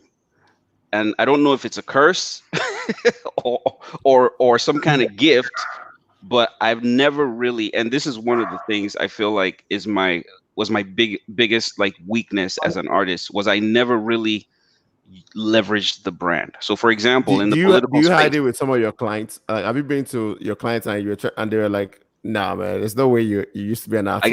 I gotta tell you, I'll tell you guys a story right after this, but basically everywhere you go to, or everywhere I've been, and all of the things that I've tried to do have been like completely different space. In real estate, how do I leverage myself as LD? In IT, how do I leverage myself as LD? In any other thing that I'm trying to do, how do I really leverage that? Especially if I'm not doing it in Nigeria. And if I was in Nigeria and I was looking for land to do development, then I figure meet somebody to say, Baba, now fine, now sign this thing for me, and they'd be like, okay, cool, we know you, right? But without that opportunity, then it's like, what's the point? Let me tell you a quick story. So in 2004, I was working at this interactive media company, right? We were doing like amazing things. We built like the first CNN radio website. We did like a bunch of flash games. We were doing like some really high tech stuff, right? And somewhere in the middle, somewhere around there was NEA Awards, right? So I go for NEA Awards. They don't know nothing about my music. They have no clue what I'm doing. They're just like, oh, this is just, this guy that works with us, Dabiri Landry, So anyway, I go to NEA, I win an award, and they're shipping the award to me. But obviously, I'm always at work. I'm not at home. And I knew they were going to send me the plaque. So I said, you know what? I'm usually the first in the office. So I put my office address, and they send the plaque to the office. Unfortunately, this was the one day that for some reason I show up late. And as soon as I walk in the door, the entire office, we had like a podium like in the middle of the office where we had like our morning meetings before we, disperse and everybody go do their thing. They were all standing there, and there's a plaque right in the middle. And then they're all tapping their feet and looking at me. And then I see on all of the screens, they've gone and Googled. They've Googled everything. They were like, how the hell do you keep a secret like this? But yeah, so that was one of my revelation stories. So that's Clark Kent stuff right there. Yeah, and I've done that. I'm still doing that today. Actually, a lot of people they have no clue, or but it's fun. It's No, fun. some of us are still here in not in the diaspora. So Oh, I do please! not. Every time I go out in America, I see you. I see you in Texas all the Yeah, time. I see yeah, you there. yeah. But even at Dr. that, Sid lives in Houston, low key. He's no, here all the Right. time. I've moved to LA. I'm not LA. You're Bullshit. not LA. in late. Yeah, yeah. So what I found is for me, for some reason I'm a very missable person. Like you can walk past me and not know that it's Dr. Sid. So a lot of times I like that because I like to do regular stuff like go shopping and do things like that without the crowd or the noise. I think it keeps me level headed when I can go to the supermarket and market or cook. And I feel like I need to do that to stay level and remember who I am and where I'm coming from. Um, but I'm not going to lie that obviously being the son of Justice Hisiri and seeing how he was able to not consciously leverage his brand, but watching my dad walk through doors and literally stuff will just open up just because of who he is. I understand the power of having that. Now I've been able to what my brand has done for me, definitely in Nigeria, is it has definitely opened the doors for me in certain areas where I know that if I wasn't Dr. Sid, they wouldn't have let you come in. But I think even at that, what is more important is what you have in your head and what comes out of your mouth when you get into that door. That will determine whether or not they let you back in, or your phone's just be going to voicemail or number busy after that. And I think, for me, I've tried to pride myself on being able to handle a conversation in any situation, even though, I mean, I went in to pitch a movie and they asked me about strategy and partnerships. And off the top of my head, I had to come up with a strategy on the spot, and that got me a job, which has pretty much changed the course of my life as we speak. So, being able to use and like I already said, knowledge. You gather knowledge and then you apply it. I get into situations like, oh, this thing, da da da da, and the next time I'm giving a speech or I'm giving a talk or I'm talking about esports and gaming, and there's just being able to use that brand to get in the door, and then now express how the value that you bring as an individual. That's what it has done for me. But it definitely has opened doors. I like it to open a few more doors. Like there are a few people that want to Money, money, money. God Come on, bless you. Don't worry. you get a few people. Nah, Sid is a very, very intelligent guy. And it's funny when people talk about like early tribe and they try and say, oh, LD, LD, LD. I say, nah, guys, I was surrounded by really fucking smart people. There was Dr. Sid, there was Oladile, there was Sasha. These were intelligent people that were all around me. KB was a genius by any kind of standard. You know what I'm saying? So there's a lot of that also kind of played into, I guess, the early success that we had as a unit, right, as a collective.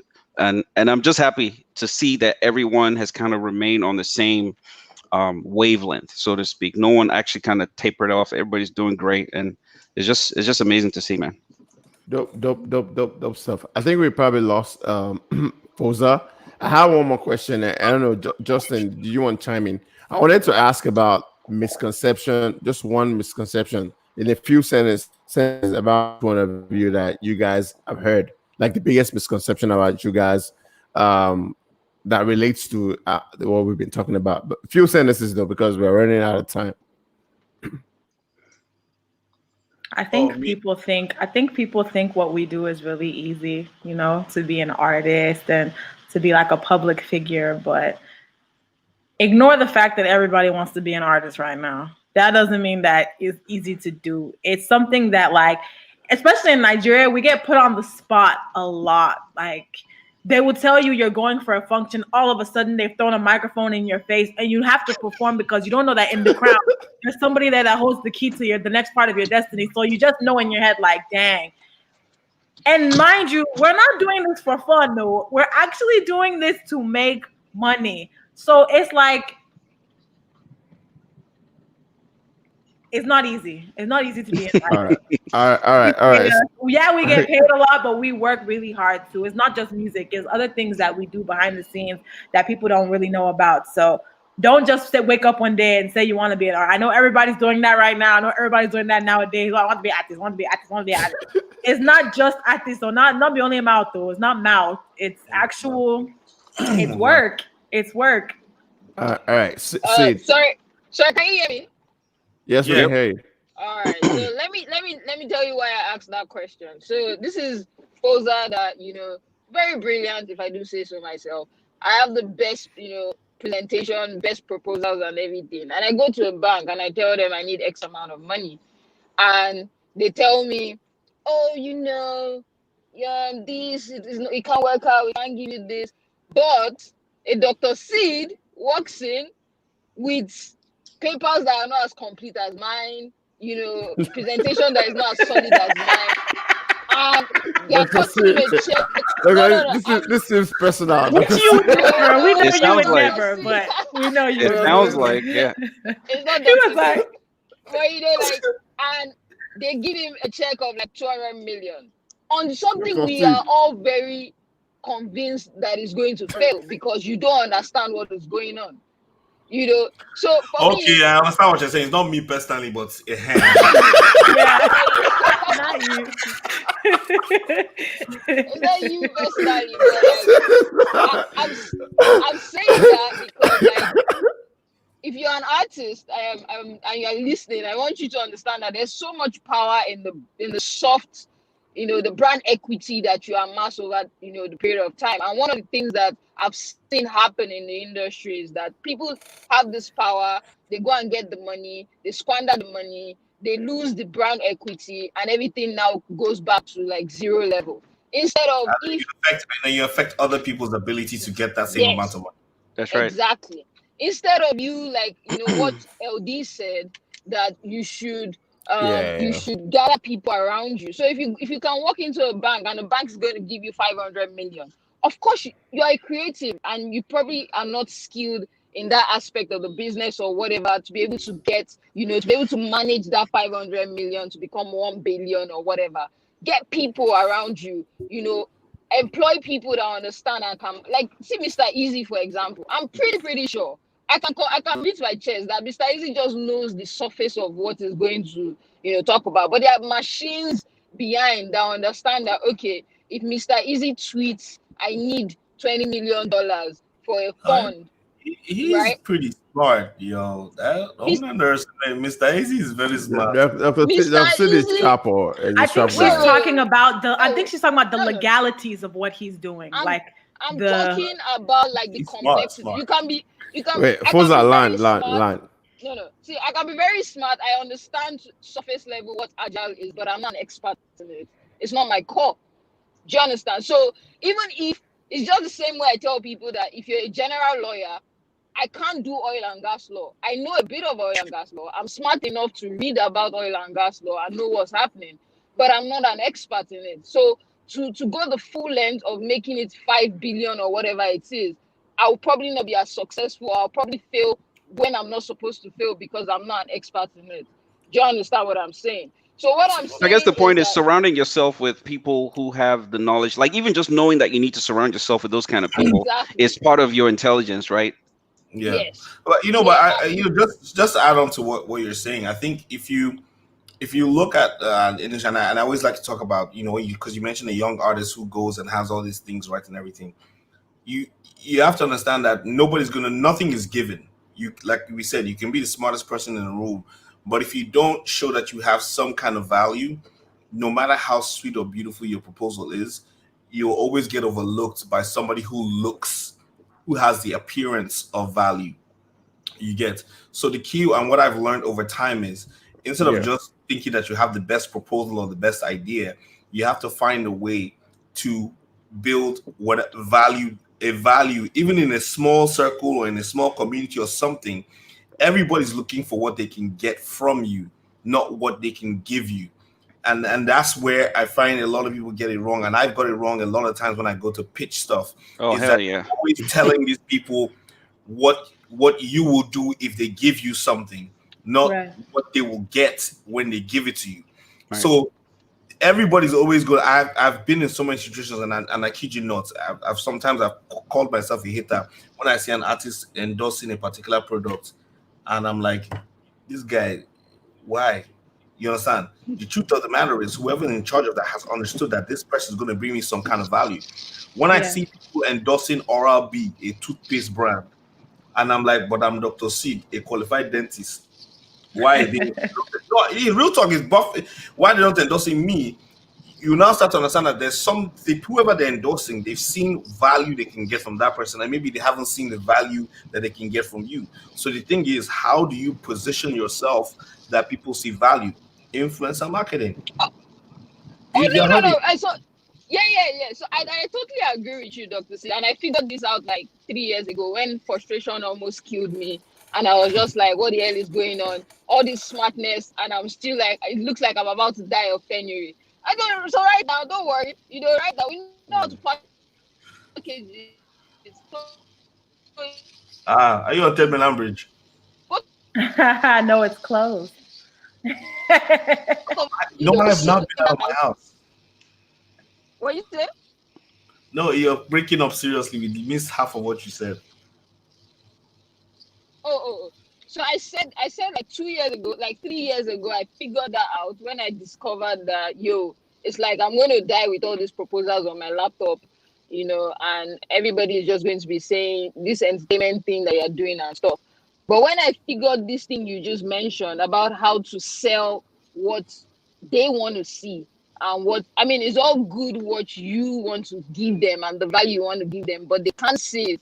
So you have to appeal to what they're currently seeing, which is why I wanted to point it out so that the artists that are listening can understand the value that their brand equity, sometimes can bring to the table and can access a lot of things, a lot of capital for them, essentially.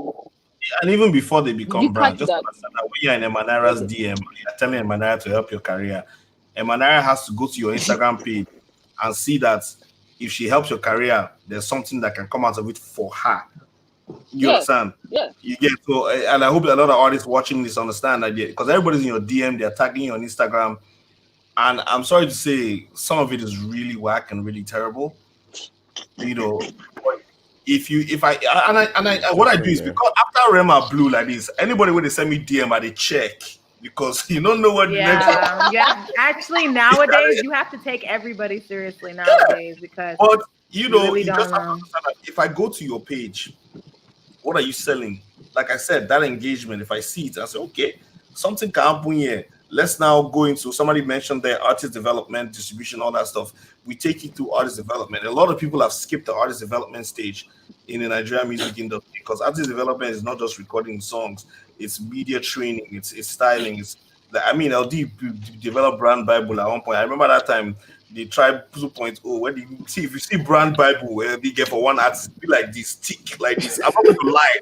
They'll thick book from hair to the color of cloth to shoe to the kind of keyword. No, I'm telling you, like if LD don't try for LD, you don't try. Right? Thank you. Was this? I started and I was like, for K9, what's it? K9, what's going on here? I've never heard of that kind of thing. That's the detail you go into to develop an artist. So when I say they do real estate, I'm not feeling for Jesus. I mean, hey, look, just to add to that, bottom line is that there are ways to do it. There are ways to do it right, and there are ways to do it wrong, right? And I think the bottom, like to sum up pretty much everything that we're saying today, is that we need to start trying to think about ways to do it right, right? Foza is talking about leveraging brands.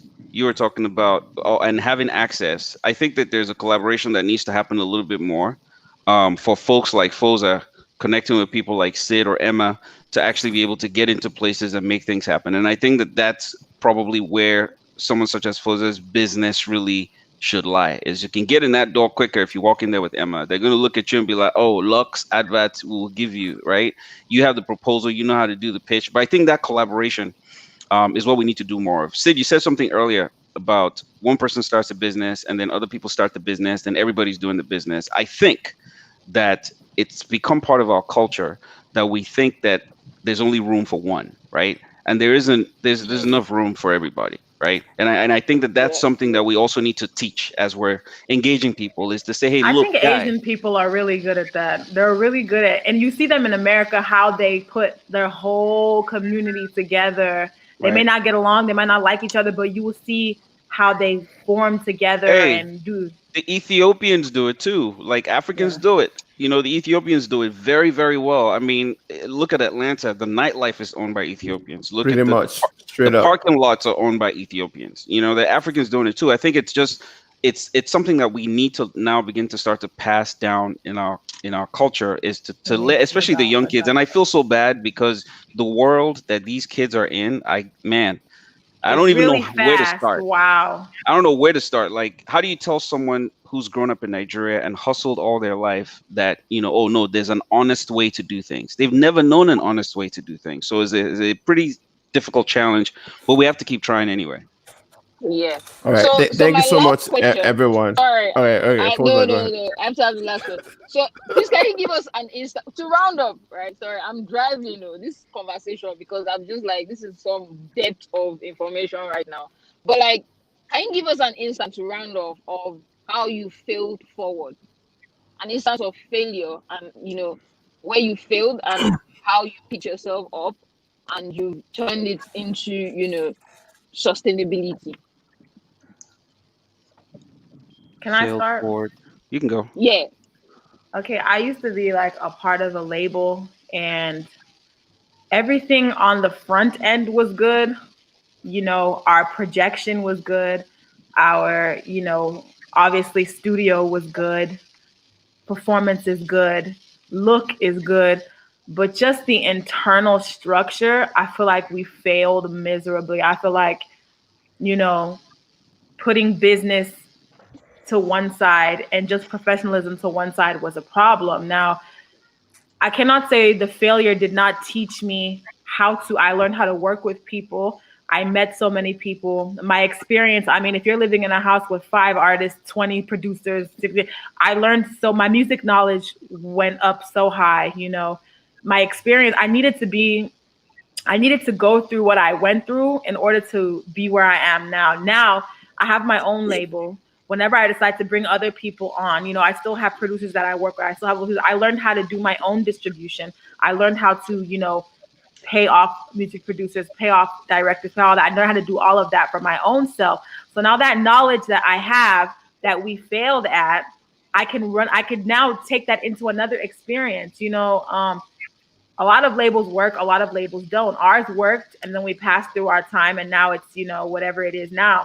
But I just want to say that experience alone helped me to better myself, helped me to better my craft, helped me to better my career. And now I have the knowledge that I need to not only be an artist, I can be a business mogul now because I have it in my head. I can also work with other business moguls and know when I'm being played, or know when we're going the right way, know when we're going the wrong way, know when we've, used all our expenditures. I know all these things now. So it's nobody say, oh, we failed. That's it. I don't believe in that. I believe life is about experiences. Life is about growing. So all of that knowledge that I took from that failure, now I can use it to even to be a good mother. I have time. I know how to multitask. I know how to do all those things that I was doing before. Being in a label with men, I was already cooking and doing all the other stuff anyway.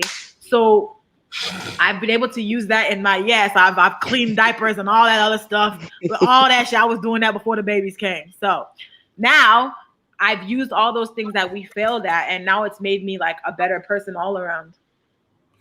I would probably say, and this is something that I always like to say, and people say you shouldn't say this or whatever, but I failed in definitely money and portfolio management. Like, I've made a ton of money in my career and lost it all, and seen that translate into affecting other aspects of my life. So I definitely had to go on a mental and spiritual cleanse to sort of find myself and look at, and when you say you go in a cleanse, it's like you smoke that pipe and you go on a walk back through your life, in that Indian hot with everything with us heat, and you walk back into your life, and you sort of see all the moments and all the decisions and everything that you could have done differently to sort of be at a different point in life. and then you find the one thing that you need to change, that you need to start to change first, and then it moves on to the next. So I've literally, I tell people, don't bring anyone into your life if you don't understand yourself. You know what I mean? Don't get involved with other people, and not just personally, but also in business, if you don't understand yourself, because you're bringing uncertainty into whatever you're getting into. So now I fully, and when I say this, I say I fully understand who Dr. Sid is, and what my talents, my skills, my strengths, my weaknesses, and and I have the humility to admit my wrongs and to ask for help in areas where I'm not strong. And in the last 1 year, the level of personal growth that I've had, I'm so optimistic about the future. And I always like to say this because I'm 40, and then for a long time I kept telling myself that I'm old, I'm old, I'm old. There is no time limit to your eureka moment. Absolutely. Open up and you see, there's no time frame to that. Wow, your eyes open up. The important thing is that your eyes open up, and then you can now start to at some point. Yep. Take the steps to get to where you need to be. And trust me, whenever that happens, is you always have enough time to get it done. I appreciate it, man. That's awesome. So for me, failure is really learning what doesn't work. I don't think of failure as a negative thing. I think of failure as a positive thing, right? And I'm actually looking to fail, and that's my approach. Is I want to try something and see it fail, because then at least that way I know what doesn't work. So, for example, with music, I did it and did it and did it, and at some point I started trying things to see what it was that was not going to work. I don't know if that makes sense, right? And I think that that's when I started to look at things a little different. I started looking more at numbers, right? Step away from the hype, step out of the bright lights, right? And actually look at the numbers, and then do projections and see, is this going to work? Based on my failures in the past, is this something that I can, because of the things that I've failed at, in a sense, the things that I've learned, I was able to realize, even when things were going pretty good, because I left when things were going really good by Nigerian standards, right? I realized at that point that, okay, you know what? I've been down this road before, and I need to not make the same mistakes again. Same thing with like play data, for example. Coming up with a media monitoring technology and going to Nigeria and essentially saying, hey, you know what? Here's a solution I think that you guys can use, and you guys really, because there's no benefit to me. I'm already out the game, right?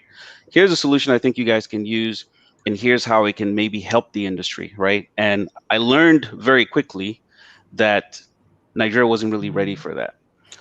Most people think of that as, oh man, it failed. But what I learned was a challenge that I wasn't aware of before. And that challenge is the fact that our system doesn't operate on honesty. We operate on Chaos. We don't operate on transparency. You have to have like trust, right? And the system has to be built on trust for you to be able to introduce something like that and people embrace it.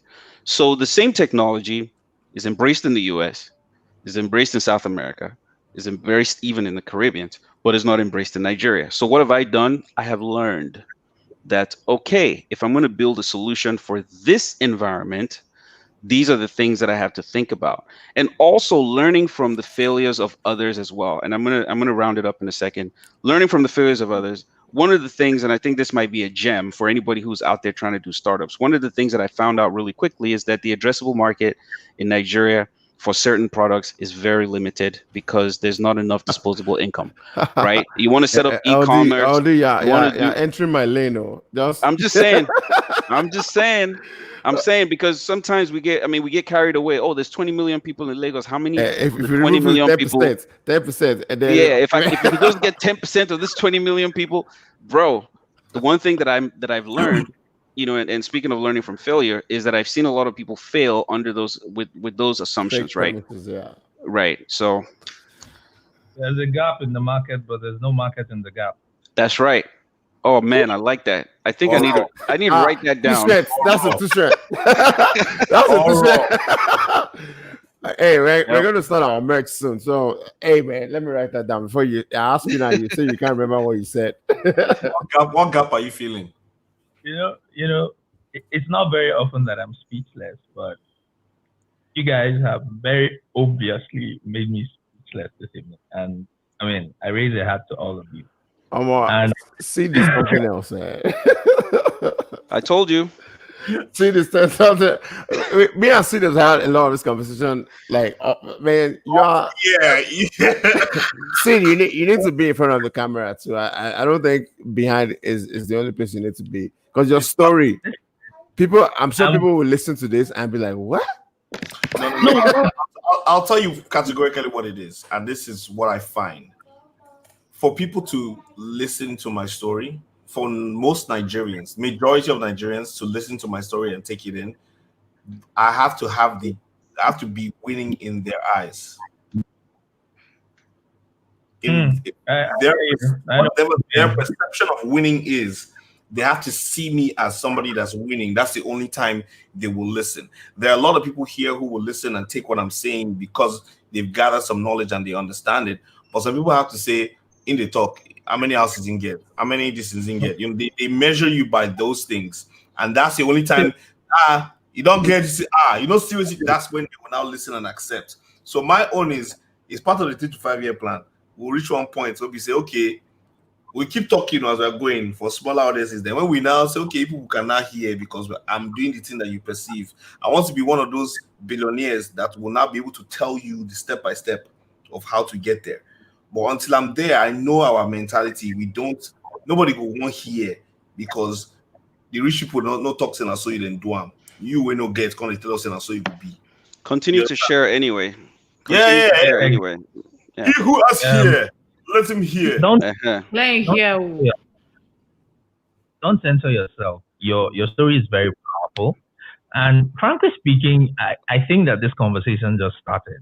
I feel like we've not even done justice to what we're discussing. And I feel like we need to have an extended version of this. Because I've been quiet. This happens every week, by the way. It happens every week. We never have enough time. And we go over 2 hours and it still feels like there's a lot more to talk about. Conversation. But here are my thoughts. Listening to everybody talk. And the challenges we face are the common denominator here. Whether we're talking about the music industry, whether we're talking about the tech space, whether we're talking about fintech, it's the same thing in the context of who is teaching who what. Just on the last week's show, I was talking about how we were talking about gender relations, and I was talking about how nobody taught us parenting, right? You send us to school, we learn math, English, and all the stuff that we learned. And then life skills, real life. And I think it's a global problem, maybe in a question of degrees in different geographies, right? The real life skills that we need is almost as if you have to bootstrap as you go along. You can read everything you guys have talked about to the fact that nobody taught you financial management, right? And then you find yourself very early on in life finding success in your art or through art, making this money, and then in some cases losing the money. In other cases, you're able to expand yourself beyond art and going to other spaces, which is why the topic that we're exploring. But the common thread here is who is teaching people what, right? And Sid, which is what I'm saying to you, nothing say people not listen, right? If you probably think back, Sid, I mean, you're Justice Series' son. You're an upper middle income kid, good schools and everything. And look at the mistakes that you made that you're failing forward through. If you ask yourself, waiting and tell me that time where I not really let here, that I now had to learn the hard way. There might be a lesson in there. Do you understand? So I think the onus is on us to keep talking, keep sharing, and don't think that there's going to come a time, there's a day when is the right day to share. No, let's have that conversation, because think about this way. Another thing I was reflecting on while we're talking is these are a bunch of very intelligent people. And look at the stories that are coming out. Now think about the fact that for none of you here was music an escape from poverty. You realize that, right? for, there are people who music, right, is the ladder for, right? The kids coming from the backside of nowhere, right? The kids coming out of all their jegunles and stuff. They don't even have the exposure that you had when you started, right? And then they have a lot more to contend. There's a lot more noise than signal today. And then there's a lot more money available to be made today. Whatever problems you thought you had or whatever problems you encountered in your time is compounded for these people. And they do not have half the platform or half the runway you had, okay, when you began. So the problem is even compounded for these people. So, and then our value systems have dropped, right? So I think it's important for us all to keep mentoring. If you're mentoring, keep doing what you're doing. And I can't say it enough. It's not a lot of times that I'm speechless, but you guys made me speechless, and enough respect for all of you. Enough respect for all of you. And thank you for coming on. Thank you for having us. Well, back to you, man. I'm still fighting my Meet yourself. All right. So your mic is muted. On the road. Foza, do you want to close us out, and then me and Justin will just do the final closing. I'm sure that one or two things you wanted to say. Thank you for doing this. Thank you to everyone that joined as well, and also all the people that followed online. Thank you very much. So Foza, one thing you want to close with, and so we can round up finally. All right. So first of all, thank you, LD. Thank you, Sid. I've always been a fan of LD. I'm a big boy. Like LD was my secondary school. I'm fangirling right now, so allow me. I usually don't fangirl, but so Dr. Sid. I mean, every time I still pop imaginary champagnes with Fanta bottles in the club because they must not catch me buying. If I never see me catch you, never see me with my money buying champagne in the club, man. But I still pop it with Fanta bottles. Like I've always been a fan of Manara, and doing the triple MG. I still saw Manara like 4 days ago, and it still gives me the chills what you guys did, at that era. And I think what this conversation, I'm actually very excited that we had this conversation because you guys were very honest, you guys were very open, and I really hope like people see that. They always still see that we're very unserious in the industry. We still battle with a lot of, these guys, they don't know what they're doing. It's just the show and everything. And one of the things I wanted us to bring up from this conversation was for people to see that there's actually a lot of work that we do in this industry. And also, like, there's no shame in diversifying your income. Like, there's no shame. And thank you guys for answering the questions very honestly and very frankly. And, thank you, Bola and Justin, for, allowing me to moderate this session. Peace, you. Thank you so much. Thank you very much, Foza. Thanks a lot. I don't know. Does anybody else have anything else to add? Justin, do you want to? How you want to run? You see, I don't want to spoil the vibe because wait, I won't talk again now. LD. Don't let me start shalaing, man. The guys did justice to the If I say one thing now, there's one thing that always triggers LD now, and I'll do it. I'll do one more track now.